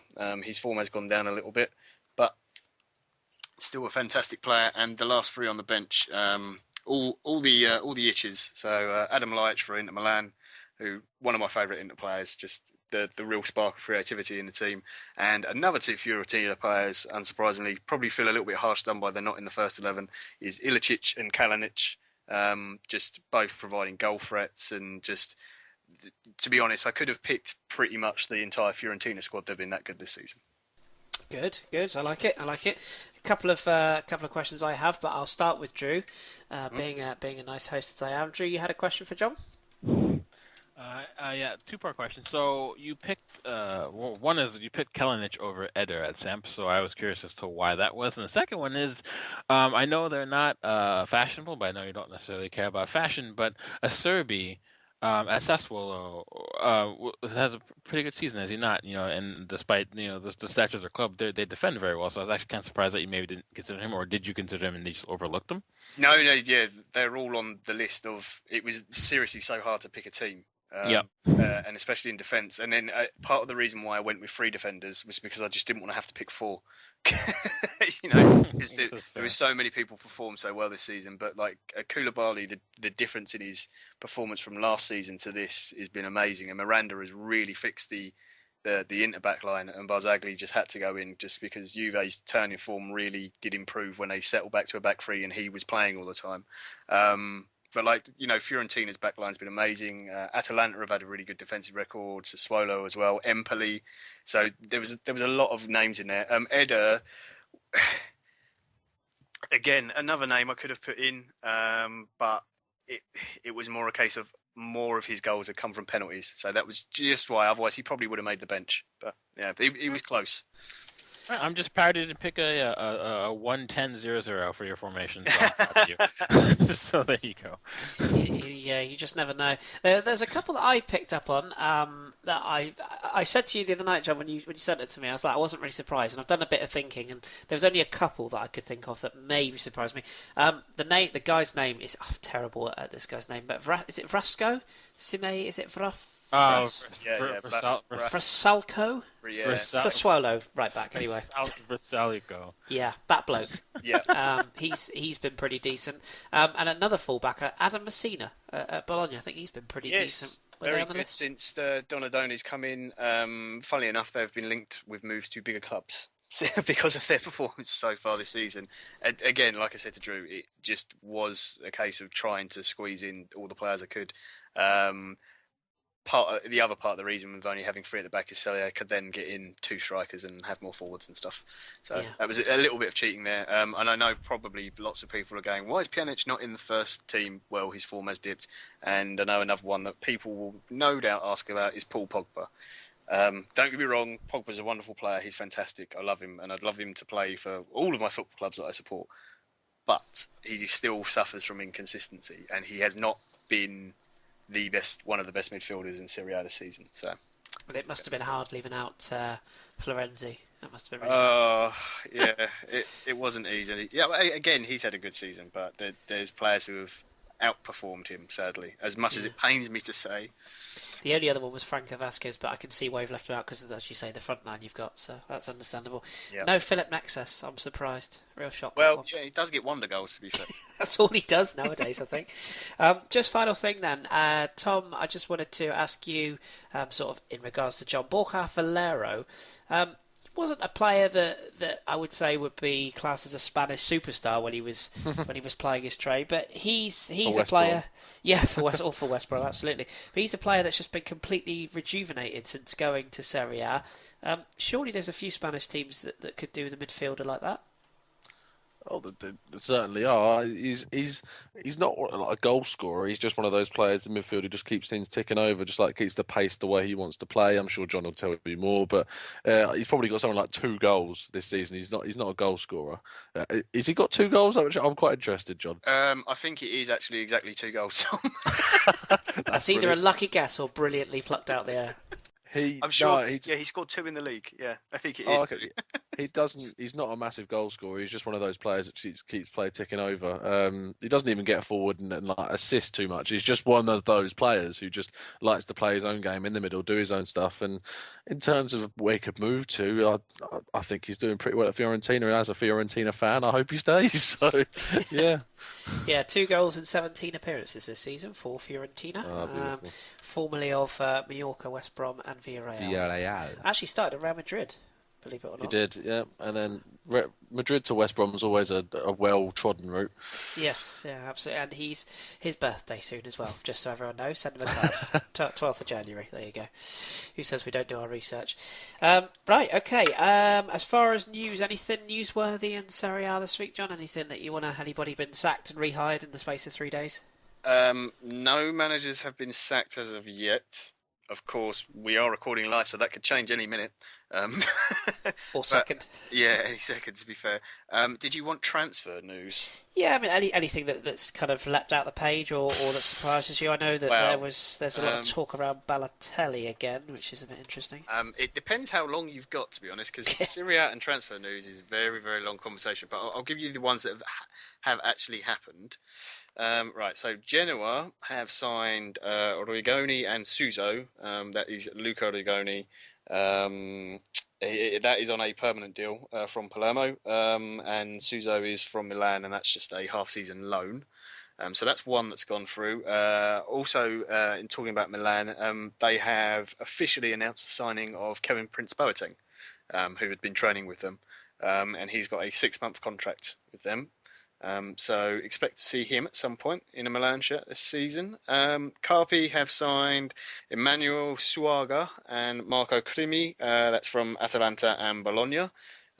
So I expect to see them at some point in a Carpi shirt. There's lots of talk about Felipe Anderson, and Lazio basically want 50 million euros apparently for him. He said he's quite happy staying at Lazio, but there's talk Man United and lots of other clubs are looking at him. Leicester, to link it back to the Premier League, are apparently going to offer for De Jong from Milan. Because I think, isn't there talk that Gökhan Inler is being possibly talked about a move to Villa? Yeah, he wants out, and it seems like De Jong is the perfect replacement in all ways. Yeah, so I think it's something like 3.5 million or something for De Jong. So it could be a decent move for him, because I don't think he's going to get back in that Milan team now. As for other news, Mondragora is possibly moving to Juve. He's owned by Genoa, and he's playing for Pescara in Serie B. So apparently PSG are also looking at him. I think that would probably be a purchase and then maybe a loan back out. for the rest of the season. And a young player who I will honestly admit I've never heard of. I'll probably get shot at for this. Boca Junior striker Jonathan Caleri. Oh, yeah. Yes, talks of a move to Inter. Basically, that he can move as soon as this week, possibly. Although there's some sort of investigation as to where exactly the money's coming from for him or going to go. So that's always promising when you hear a transfer story. Yeah, especially when it comes to Argentine players. I think his style actually would weirdly. I think that would definitely suit Serie A. He's only 22. He's got 10 goals in 26 games for Boca. This has kind of been his breakthrough season because he played 15 times in 2014 with 6 goals, which isn't bad really, breaking through. And then he hardly played. In fact, he only played one game in 2015 before this run of form. So I could kind of see that working, much in the way that Rodrigo Palacio did. So that might be one to keep an eye on. Yeah. There is also another signing. I don't know if it was today or it might be tomorrow. Verona have signed Emmanuelson. I don't know if you remember him. Dutch? Yes, the Dutch Emmanuelson. Yes, that's the one. As for other news, just having a little quick scan through from what I've seen, Martin Caceres is being linked all over the place, but basically a move away from Juve. Then there was Keita as well from Lazio is being linked everywhere. El Shawari still hasn't got a club yet exactly. Roma look like they're in the lead for that, but there is a few other teams outside of Syria looking at him. Lavezzi has said that he wants to come back to Italy. I don't know how much you know about this, but apparently Inter have already set a 3 million a year. I think 3 million euros a year as the top weight they will give him on his salary. They've already said that to his agent before talks have even begun. There's just so much going on. Palacio and Nagatomo and Handanovic are set for new deals at Inter. That is a definite thing going on. I think that's it. Roma are trying to see if they can get Dumbia on loan again for the rest of the season, as his loan deal is now expired. I don't know why they just didn't get him for a full season, but there you go. Neto, who joined Juve in the summer, is now apparently going to leave. That doesn't surprise me. Because he's finally realised that he's not going to play, and there's talk of them, of Juve, trying to get Marchetti as backup. So get a 38-year-old goalkeeper as backup for Gigi Buffon. Yes, very very strange. Yeah. There is one more signing. I knew there was another one. I'd almost forgotten. Ricky Alvarez. Remember him? Oh yes, yeah. Inter Sunderland legend. Not. Yes. Yeah. He has signed for Samp. So from Inter. No, that is from Sunderland because Sunderland had to buy. Oh, of course they had to exercise the right to purchase. And, yeah. Yes. So very strange. Candreva talking about maybe he could leave Lazio, whether that's at the start now or at the end of the season, nobody knows. Juve. The other big story going around is that Juve have identified that they need a midfielder. Shock. Unfortunately, no one knows who that midfielder is because the list is Oscar, Cesc Fabregas, Gundogan, Isco. And they're just the ones off the top of my head. So depending on who you listen to, they will be buying one of or all of those. Yes. The only other news, as you said, is the Balotelli talk, and Jurgen Klopp saying he needs to sit down with his agent and see where that goes and whether he comes back or if he's going to stay at Milan because he's currently injured at the moment. Can you imagine Jurgen Klopp and Mario Balotelli? That would just be a colossal meeting of nuts, wouldn't it? I mean, that would just be. Yes, it'd be entertaining. Very strange. Yeah, very entertaining. I mean, I could go on. There's so much transfer news, but I'm sure I'll probably bore you. I actually heard one in terms of that Lavezzi thing. And you said about the Boca Junior striker, where the money's coming from. There was a link with Brozovic to Arsenal to get money to make the move for Lavezzi, and it was quoted at like £18.5 million. So, well, I can tell you, as of today, PSG have set a €6 million price tag on Lavezzi's head. They've got no intention of signing players, so it seems very strange that they would let him go. He's actually rejected both Inter and Juve in the past, so I can't see why that would change now. And the salary that he's being offered doesn't even touch the size of what he's being paid at PSG, so that might have quite a big say. And also, of course, don't forget his contract runs out at the end of the season, so it seems more likely to me that he'll shift back to Italy maybe at the end of his current deal, or indeed, funnily enough, to Boca. So we'll see. Yeah, and also one last one, because otherwise people are going to get bored. Another one connected to France is Milan Bisevic is apparently in talks leaving Lyon. and joining. Excuse me. Oh dear. Cough it up. There we go. Joining Lazio. Sorry. So they definitely need a defender because Stefan de Vrij still isn't fit. So there we go. There's lots and lots going on in Syria as usual.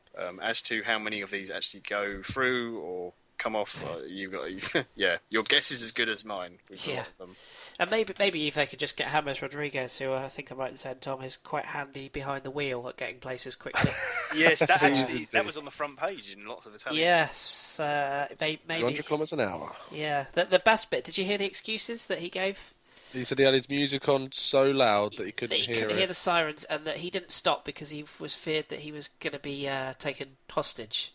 So he drove somewhere where he knew the security guards. But why, when you think you're being taken hostage, you turn your music up is beyond me. But still, that's... I used to do a strange thing when I was driving, actually. If the music was up too loud and I was concentrating, it was someone I'd never driven before, I'd turn my music down as if the volume of the music somehow affected what direction I was going. I have no idea why, but apparently it's something that lots of people do. I've read up about it, and it's one of those weird things. But crazy there we things go. you do. There you go. Well, if you know we any do Colombians, keep an eye on how they drive. Right, well, there we go. What more can be said? Super. Right, well, let's draw a line then under this week's kind of world of football. There's no rest of the world this week because, as we've said before a number of times, there's not a lot going on. So I'm sure as of hopefully next week we'll have some more rest of the world news. We might take a trip to some completely obscure leagues just to be full hipster.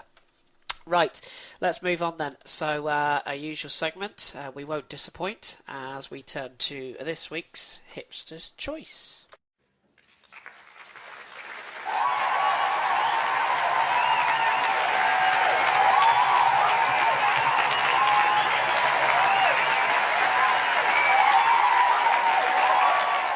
Right, this week I plucked one out of complete thin air in a game that I was watching, and I thought, he's a good little player, I might like to do a little piece on him. And it was actually in the Benfica game.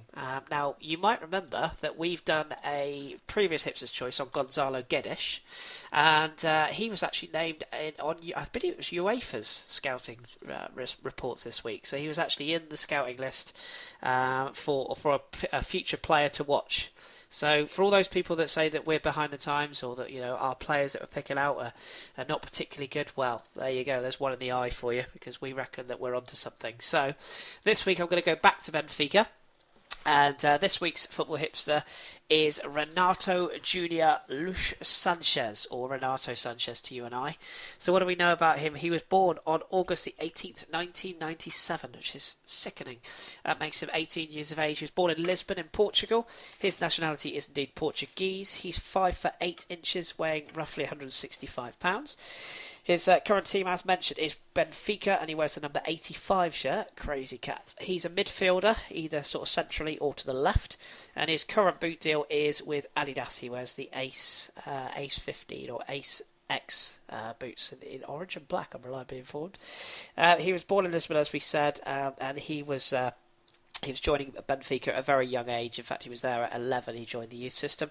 And during the 2014-15 season, Sanchez broke into the Benfica B reserve team, and it plays in the Portuguese Segunda Division. And he made his first appearance in the competition on October the 5th, 2014, starting and playing 46 minutes in a 2-2 draw away at Feirense. And he made 24 league appearances for Benfica B, and that was actually exactly 1,000 minutes he played, with no goals, 4 yellow cards and 2 red cards, so he obviously likes a tackle. And the team actually finished 6th, but in a somewhat reversal of philosophy, Benfica, for the moment at least, have decided to hang on to some of their several promising youth players, including, of course, Guedes and indeed Nelson Semedo. And for the 2015-16 season, Sanchez has joined the first team training squad and obviously now has broken through. Since his league debut, he's been pretty impressive. He came on the 94th minute of a 2-0 win against Boa Vista on November the 11th, 2015, and since then he's started and played all but 10 minutes of Benfica's subsequent 6 league matches, scoring twice, and he also started and played the full 90 minutes of Benfica's last 2 Champions League games, cementing his place in the team for the time being. And in 2015-16 season, Sanchez has made 8 league appearances for Benfica. That's 6 starts, full 90 minutes, 5 times, 2 goals, 3 yellow cards. His debut season goal was a stunning 35-yard goal, which came in the 3-0 home win against Académica, and he also made 1 senior team appearance in the 2015-16 Portuguese Taça de la Liga, which is the Portuguese League Cup. As far as internationally, he's played for Benfica under-19s youth team in the 2014-15 and 15-16 campaigns. And as far as what we know about his national team potential, well, he's played at all levels, as we said before, but that's from the under-15s to the under-19s level, earning a total of 40 caps, and he's been part of the under-17s team that reached the semi-finals in the 2014 European Under-17 Championship in Malta. So I think it's fair to say they've unearthed another one. And following his rapid rise to first team over the past 2 months, Benfica handed him an improved contract till 2021 in December the 20th. And that is for a reported fee of a release clause of 45 million euros. That's 33.1 million. That's the reports of O Yogo. And representatives of Manchester United were actually in the stands to watch Sanchez fire the winner during Benfica's 1-0 victory over Vitória Guimarães, which was the game that I watched him in. That was in the Premier League this past Saturday, the 2nd of January. They were reportedly very interested in his performance, despite being there to actually scout Gonzalo Guedes. And as we mentioned before, he's one that is catching the eye. And here's one for Tom. Diego Simeone actually praised the youngster's vision before Benfica's second Champions League game versus Atletico in December, and he described him as one of Benfica's youngsters that could cause Atletico problems. So I wonder if we might see him in La Liga one of these days. And just finally, in December, he was named as UEFA's Weekly Wonder Kid. I wish we'd got that name. That's a brilliant name. We could steal that. They've described him as physically strong, cool under pressure, with a good touch, and is not afraid to challenge opponents. So that's what we know about him. I just want to ask, I know a lot of you guys may not have seen too much of him, but I just want to ask Tom, just on that quote from Simeone. Tom, what's your thoughts? You know, we know about Ronaldo being a success in Spanish football, and is it a surprise to you that more young Portuguese players don't make the transition to La Liga, because the countries are so close together? You'd kind of think there'd be more that would maybe make better careers than they do, wouldn't you think? Yeah, no, it's actually an interesting point you make. You look at the likes of Andre Gomes and obviously Cristiano Ronaldo, Portuguese players, and they're actually doing quite well in the league. I'm not entirely sure what the link between Portugal and Spain. There's not a great friendship between the two countries for sure, but I don't know why the players don't move over too much. In terms of Simeone and what he said, it's another sign of Atletico planning for the future. That's one thing that they have over Real Madrid and Barcelona, much more so than any other club, that they do plan for the future. So it's no surprise to me they're looking at a kid like that.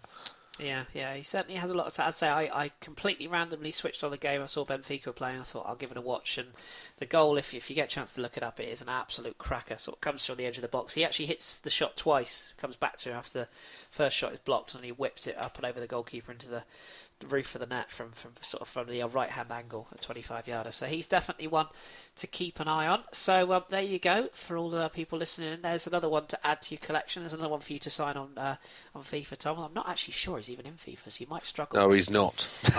See, there we go. Ruined. But yeah, he's one to keep an eye on. I think big things are expected, and also he has the Raheem Sterling haircut, which is never a good thing, I would suggest. So maybe that needs to go. But yeah, he's one to keep an eye on, and there's another one for our Hipsters Choice locker. So thank you very much to Kelly, as usual, for that information. Right, so that's that one done then. Let's now move on to this week's Team of the Week.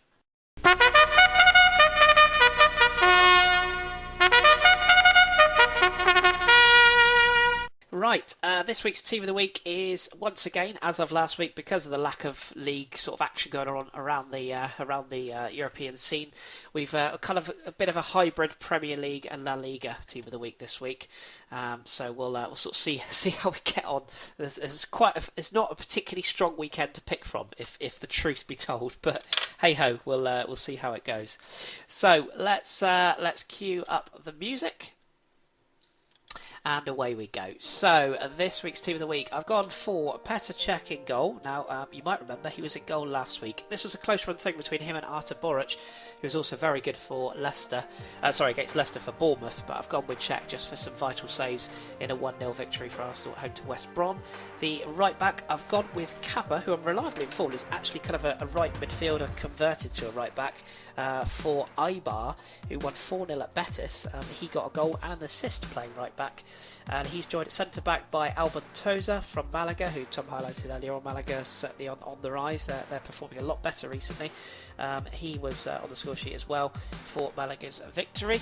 Ryan Bennett, I should say, gets into the team as the Norwich centre-back. He joins the back four there. And left back, I've gone for Patrick Van Aanholt. I know Azpilicueta is also superb for Chelsea, but Van Aanholt, just with that, such a vital goal for Sunderland, and that 6-pointer gets him the nod into the team. As far as the midfielders, I've gone with John Obi Mikel as the holding midfielder. Really sort of player that divides opinion, massively divides opinion, but he was absolutely superb yesterday in Chelsea's return to form, winning away at Palace. He's joined in midfield by Andre Gomez, as Tom was just saying in his roundup there, absolutely brilliant for Valencia.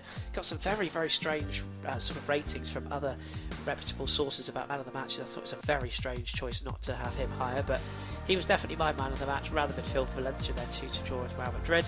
And on the opposite side, I've gone with Keko, who's another player from the Eibar win at Betis 4-0. He also scored and also assisted in that game, so he joins his mate Kappa on the right hand side. As far as the attacking three go, I've gone with Bruno from Villarreal, who again Tom's highlighted, absolutely fantastic game, scoring twice, including that late bizarre penalty which got the points. And he slots in behind the front two this week, which is an all-English affair. It's almost like going back to the old English days. It's Jermaine Defoe, first of all. 2 goals in that aforementioned game for Sunderland. He's going to be vital if Sunderland are going to stay up in the Premier League. And he's joined by Andy Carroll, whose hair is absolutely terrible, but he certainly knows how to head a ball. Terrific goal against Liverpool, and he looks like he's getting back somewhere near his best. Whipping through the bench, I've gone with James Collins of West Ham. Superb performance in that 2-0 win. Gone with Diego Llorente. He gets in as a sub as well. From Rayo Vallecano, I've gone with Mark Noble from West Ham. The aforementioned Thomas Partey, the winner for Atletico Madrid. Me and Tom are big fans. Dele Alli from Spurs, getting a terrifically taken goal in their 1-1 draw at Goodison Park against Everton. The front two, a little bit tough to choose this week. I've gone with Diego Costa, who, again, Chelsea fans have been very, very mixed opinions on whether he's been good or bad for them this season, but he certainly decided to turn it on this weekend as Chelsea won 3-0 at Selhurst Park. And I'm joined by Anthony Martial. Although Wayne Rooney got the highlight goal, Martial also just having a fantastic game and certainly looked back to his best in the team. So that is this week's Team of the Week. And as always, if you want to question any of those, there's lots of teams of the week this week, so there's plenty of questions I'm sure will come. But we will, of course, post that on our website and indeed the Twitter feed, so you can have a look at how that team lines up. Next week will be, I'm sure, a lot more difficult with the return of most of the leagues, excluding the Bundesliga, so we'll have a bigger pool to choose from.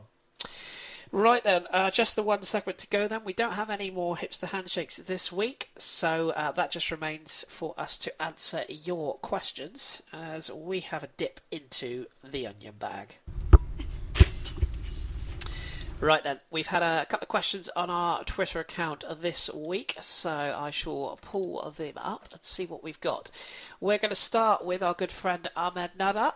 And he wants to know, this Leicester guy, or this guy that Leicester have got, is he the new Messi, as I've been hearing? Pinch of salt taken, salt shaker empty, he says. So let's just have a quick rundown. It's Damari Gray, who Leicester City have signed today. He's 19 years of age, played previously for Birmingham City, 72 appearances, 8 goals. He's kind of coming in as a winger. Who shall I pick on? Let's pick on Drew. Drew, do you think this is the sort of signing that Leicester are going to need? I mean, there's obviously a lot of talk now that Riyad Mahrez, potentially there's going to be bids coming in for him. Do you think this is Leicester protecting their investment or adding to it? Well, maybe a bit of both. It's always good to be proactive and bring in someone for the longer term when there is suspicions that your current top players might leave. But he's a good player for Leicester, honestly, and he does have quality. And whether I doubt Mahrez is going to leave in January, they can't really afford that because Gray can't come in and come remotely close to providing the things that Mahrez does. So even if Mahrez does leave in the summer, that gives Gray time to come into Leicester, to bed, to learn from him a little bit, to get his feet wet with the club, and then bigger expectations from him come next season. So it is a good signing, but it does make you think that maybe if they bring in such a young kid, that maybe they're consigned to parting ways with Mahrez in the near future. We'll keep an eye on that one. Next one for Tom. This one comes from Real Josh Dorr, the notorious JED. Love that name. Evening, Josh. He wants to know, Real Madrid, they haven't been great this season, but how has Casemiro done in their midfield? What was his playing style, and could he do it in the Premier League? You mentioned that they aren't playing with a holding midfielder. Surely he's the right guy, isn't he? He's the only one that could play in that position. The only problem with that is that he's probably not good enough for Real Madrid. He was at Porto on loan last season, and he did exceptionally well, I must say, and which is why he was not sold in the summer, and he's playing his trade for the Real Madrid team this season. Could he play in the Premier League? He probably could. Could he play for a top team? Possibly. I could see him at the likes of, I don't want to say it, Spurs, or Arsenal, or even Man United. But he's the only one that they have at Real Madrid who can play that holding role, and he's not bad at it. I just don't think he's world class, and therefore he's not a Galactico, and therefore Perez will probably have him out the door in the next 5 minutes. Yeah, it's not very fashionable for Real Madrid to sign defensive midfielders, is it? It's not really their thing. So yeah. Guti was never a world-class player, and he was always in that position. Guti. So. I love Guti. Yeah. So did I. Proper old school, isn't he? Okay, there's one here for me. I'll take this one. PG Naz at PG_Naz. Should Arsenal make a bid for Lassana Diarra? Outstanding this season. So putting my Arsenal bias to one side, I don't think he's a player that Arsene Wenger will go back to, having had the experience he had. Lassana Diarra was certainly a player that was very impatient when he was at the Emirates, or it was the Emirates, wasn't it, when we had him? But he was very impatient. He wanted to move, and he went on to Portsmouth, and of course has played for Real Madrid. I don't think we would go back in for him. But his form this season has been unmistakably very, very good. Really, really talented, and he's kind of stepped out of Russia and didn't have a club, and was linked with West Ham all summer and ended up at Marseille. And really, him and Batshuayi, between the two, and maybe Nkudu, have kept Marseille sort of heads above water this season. So he's had a massive sort of reincarnation as a sort of all-action midfielder. And I definitely think that he could potentially get a move at the end of the season if Marseille do continue to struggle. If Marseille make the Champions League, he may well stick around. But if they don't, I would expect some of the bigger hitters, maybe from Europe, possibly even Bundesliga, to have a sniff around for him. So we'll have a look at that one. Speaking of Bundesliga, we've had two different people ask about Pierre-Emerick Aubameyang this week, so I'll get a couple of opinions from you guys here. I'll start with Drew. So we had Dan _Arsenal 90. He said the Aubameyang price situation, and he mentioned about clubs that be interested. So I asked him to expand on it a bit, and he said whether 50 million is justified. Clubs who should be looking at him, 3 players from lesser sides in each. He said 3 players in lesser sides of each of the lads' respective leagues who could do a job in an elite side. So we'll come on to the part 2 of that in a minute. Who else asked about Aubameyang? It was Will Ellis at Will Ellis 1984, and he said Aubameyang good or bad. So what's your thoughts, Drew? I mean, there's a lot of smoke. There has been for a long time about Aubameyang, and particularly Arsenal. Surely Tuchel isn't going to let probably the most informed striker in Europe go, and what's your thoughts on him as a player this season? Oh, well, I mean, in regards to how he's played this season, he's been absolutely brilliant. On form, he's probably the best striker in world football at the moment. The beautiful thing about him is that he not only can he play striker, but he can just as effectively play left or right side of an attacking 3, and just be just as dangerous and effective. And he for someone who is as quick as he is, and you would look at him, you would think he's kind of fragile, but he's very strong on the ball as well. So he's the type of player who he might quickly outgrow the Bundesliga. Not that the Bundesliga isn't quality, but if he keeps going in this type of form, you could see him moving to the next step up, which clearly, obviously, is La Liga or the Premiership. In regards to if he's going to leave, Dortmund's come out and said that they can get on without him, or that he's like no player is crucial enough that they won't ever consider letting him go if the money is right. Because again, the money just isn't there in the Bundesliga the way it is, for the top clubs in Spain and for every club in the Premiership now with new deals coming in every year.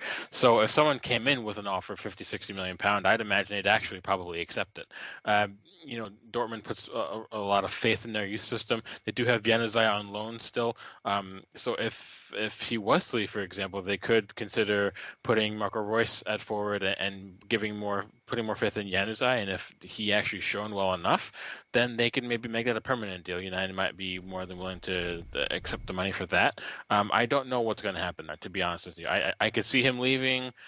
But I also don't understand why he would. Dortmund they're back in form. They're going to be getting Champions League next year. So unless he goes to somewhere like Real or Barca, why should he leave? And the argument is that Neil brought it up actually at ABW that if French African players always want to play for Arsenal, or because Dortmund can never compete with Bayern, he's never going to win anything there. But who's to say if he leaves to say Arsenal that he's going to win something in Arsenal? He might want to necessarily play for Wenger, perhaps, but you never really know what's going to happen. So I don't know. I hope he stays, but I don't know if the club would turn down the money. But again, the player might turn and move down himself, so you never really know. Yeah, but certainly one to keep an eye on. I know, John, you've got a thought or an opinion on this as well. What do you think? What do you think about Aubameyang and the speculation about him? Well, I'll be completely honest. I've totally stolen this from Football Weekly because I didn't know this fact. But apparently, Aubameyang's mother is Spanish. Yes. And he's come out and said that he wants to play in Spain, and he's already said that. He said he only ever sees himself playing for Real Madrid or Barcelona. And when players say that, that's generally what happens. If they are good enough, they will get there. And I think probably he's good enough. Whether he'll go in the January window, I don't see it myself. I think he's probably much more likely to go in the summer. And there's no real reason for him to leave Dortmund right now. He can help them to achieve Champions League again for next season, probably tie up second for them in the league. There's an outside chance of them challenging for the title. I still think it's very slim, and I think Bayern will probably win the Bundesliga.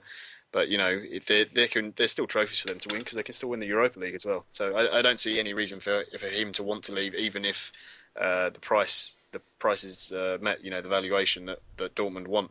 I can see him turning down a move and saying no. If someone wants to spend that money, I'll choose where I'm going. That's this sort of myth that Dortmund is supposed to just sort of take bids from the Premier League and go, okay, let's sell our players. Yeah, the players, everyone always references Lewandowski and Mario Götze, but Lewandowski's contract was up, so they didn't have any say in that, and Mario Götze had a buyout clause. The only player they sold was Kagawa to Man United. So. It's also not that, but Mario Götze is actually from Bavaria, and he actually wanted to go to Bayern Munich. And Lewandowski, the type of player he is, he wanted to challenge himself in a level that was say Champions League. So, and he's already done that. So again, I think you hit the nail on the head, John. There's no reason for he should leave this season. Who knows what can happen in the summer? But if it's true that he's already said he only will go to Barca or Real, then that's probably what you could probably expect. Other than that, there's no club he can come to, say in England, where he would be getting what he'd be getting in Germany right now, and in the first place, sans a larger wage packet. And if he doesn't really necessarily care about that, then why should he leave? Yep, so exactly. Yeah, I think we covered that one very well. Right, gentlemen, I'm going to give you a 2-question warning because I'm going to come back to you for the final part of Dan's question. So the final part of Dan's question, while I ask these other two, were 3 players. I just want 3 names from your respective leagues that could make it at an elite level. So in other words, could leave clubs in your relevant leagues and join massive clubs and make it. So Hazard from Lille to Chelsea, for example. So I want 3 names from all of you. Before I ask you that then, I'm going to answer one question myself and then give one more to Tom. So the other question I had was from Pete Kennelly. Good afternoon, morning or evening to you, Pete. I'm not sure what time it is in Australia now, but hello whenever you listen. He wants to know, Monaco second in Liga, but are closer to the relegation zone than challenging for the title. Will PSG just have a down payment on the league every year, or is there a prospect of a decent challenger in years to come? It's a really tough question, Pete, because obviously PSG have just got so much money, and they've just got a monopoly on the players that they can sign, on the deals that they can do. If I was to say that it was possible, or if I was to even think that it could be possible, I hope it is, because Liga probably needs it in truth. If Lyon can get Nabil Fekir fit again, they can get Lacazette firing once again, if they can rebuild that partnership, if Genesio as a coach is a success, I'd like to think that maybe they could sort of start climbing the league again. It certainly won't be this season, obviously.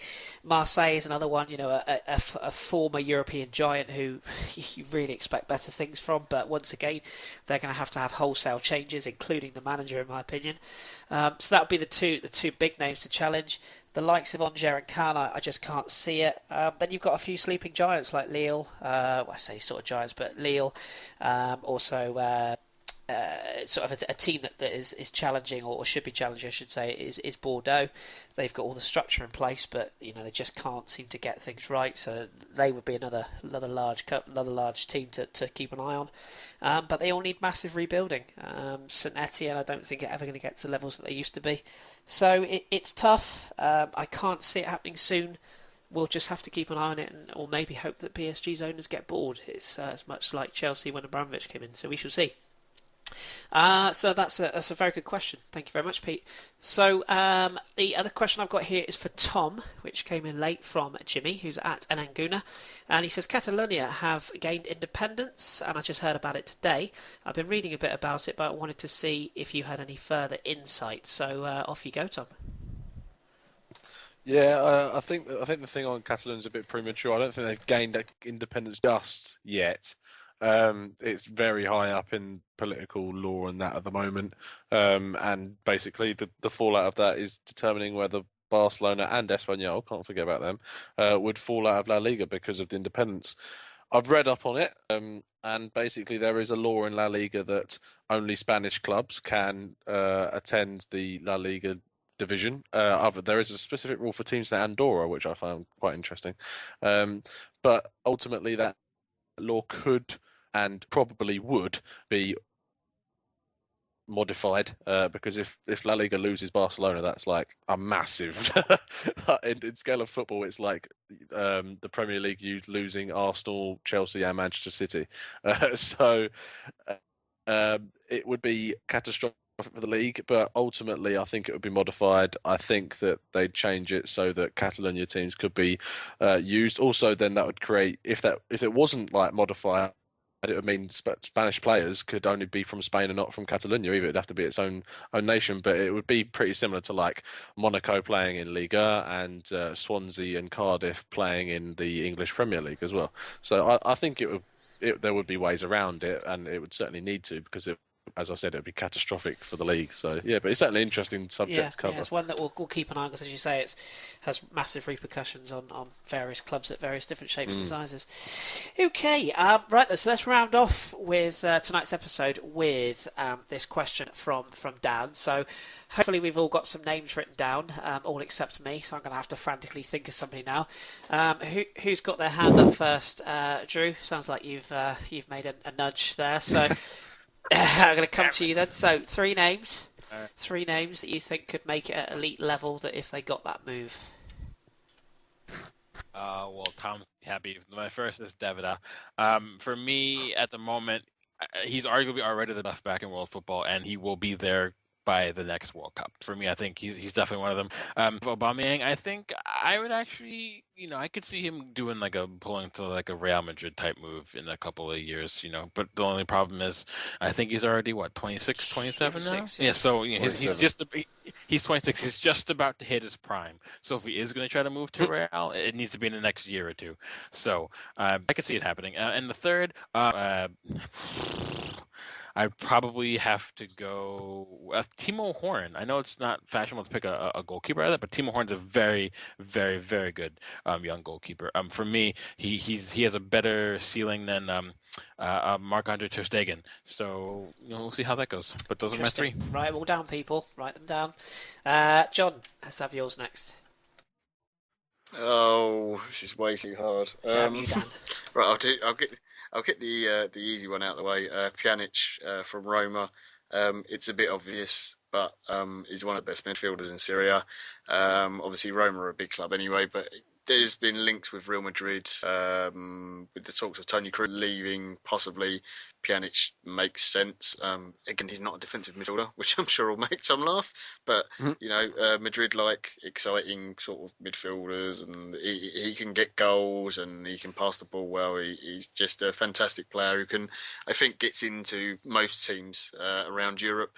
The other two, I'm trying to pick players. I'm not picking any Italians because they generally Serie A. Otherwise, the list would be very, very long. So the other two I've picked. One is Bruno Perez, the Brazilian fullback. I know you like him, Chris. Yes, plays for Torino. Really, really exciting. He's 25, so he's taken a little bit longer to sort of shining, but he is a very exciting player.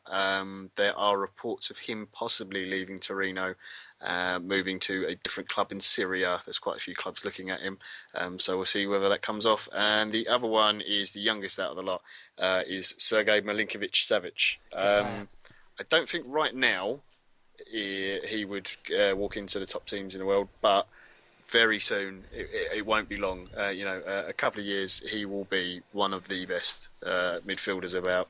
The fact that he's also 6'3", and just that talented on the ball, he's just really, really impressive player. And he's been one of the few bright sparks for Lazio this season. So we'll see how long he lasts in Syria and whether he gets snapped up by a Juve or someone like that, rather than going abroad somewhere else. Super. There's some more names for you to write down. Tom, you're up. Who have you got for us? I've got a Bilbao player, Chris, but it's not Laporte. It's I'm Iñaki sorry. Williams, isn't it? It's Iñaki Williams. The guy, I love this player. If I haven't tweeted about him enough recently, he's tall, he's quick, he's rapid, and he's got strength and power, which if anyone knows me knows that's what I like in a winger. He scores goals. He's 21 years old, and he could be doing it at the top of the Premier League, in my opinion, just because of his physical presence and his speed.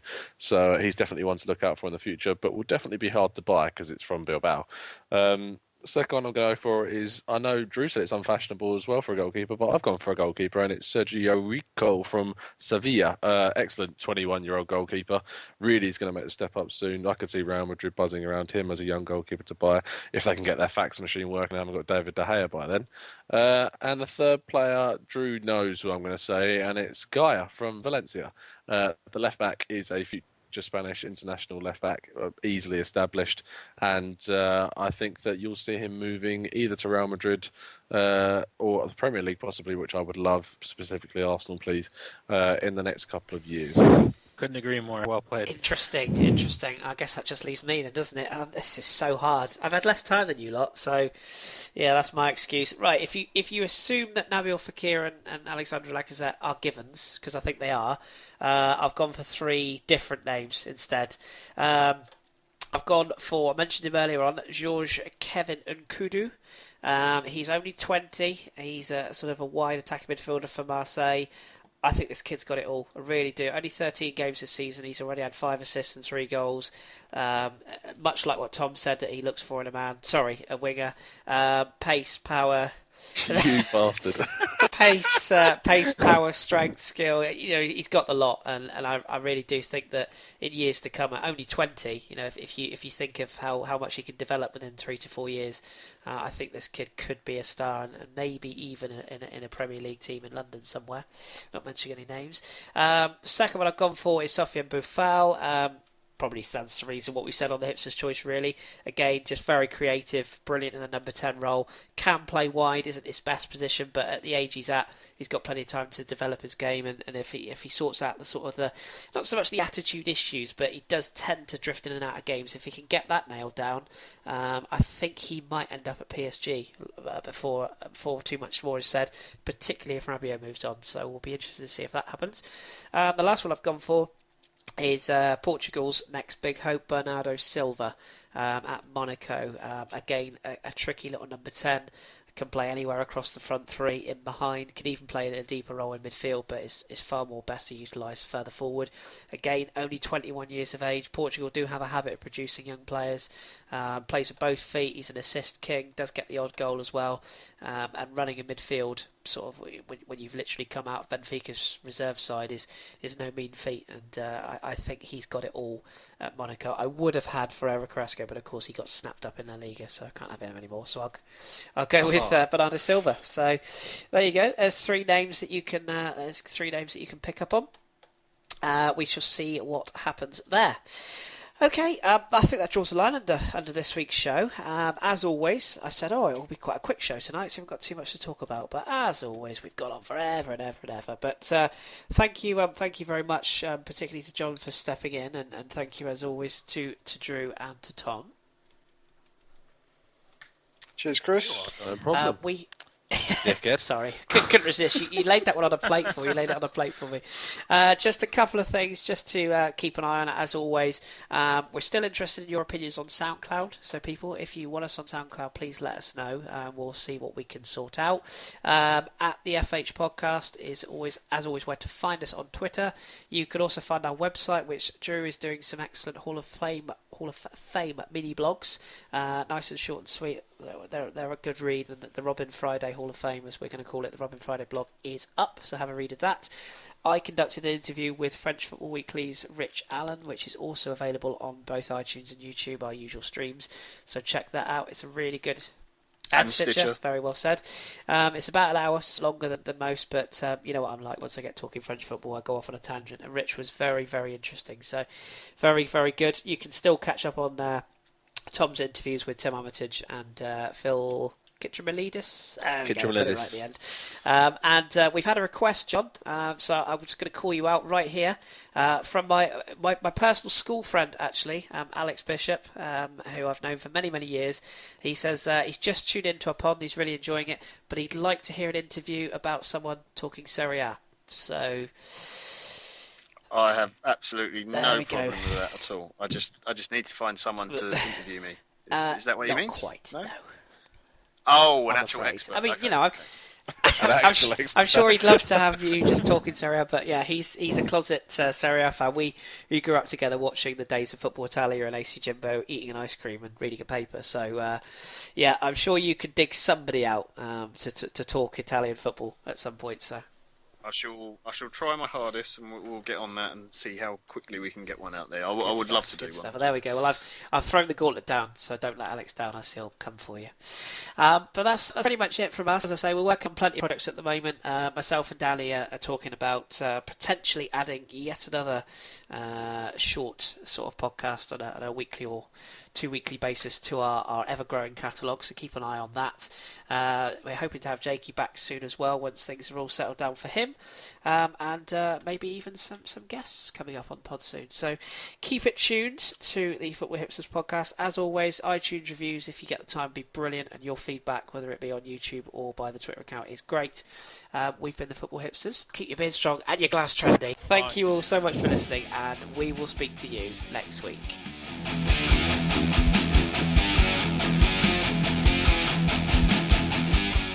Thanks for downloading and choosing the Football Hipsters podcast. Remember, you can follow us at the FH Podcast on Twitter or our website www.footballhipsterspodcast.co.uk. You can also follow us on Twitter individually at AFCFreddy8 for me, Chris, or for Danny it's at @the_GFP. For John it's at JWelsh84. For Tom it's at TCanton94. For Drew it's at AFCBVB1410. For Jake it's at JakeArsenal1. For our producer Gaz, it's at GazmanJones. And for our researcher Kelly, it's at Kelly_Mayor. We'll speak to you next week.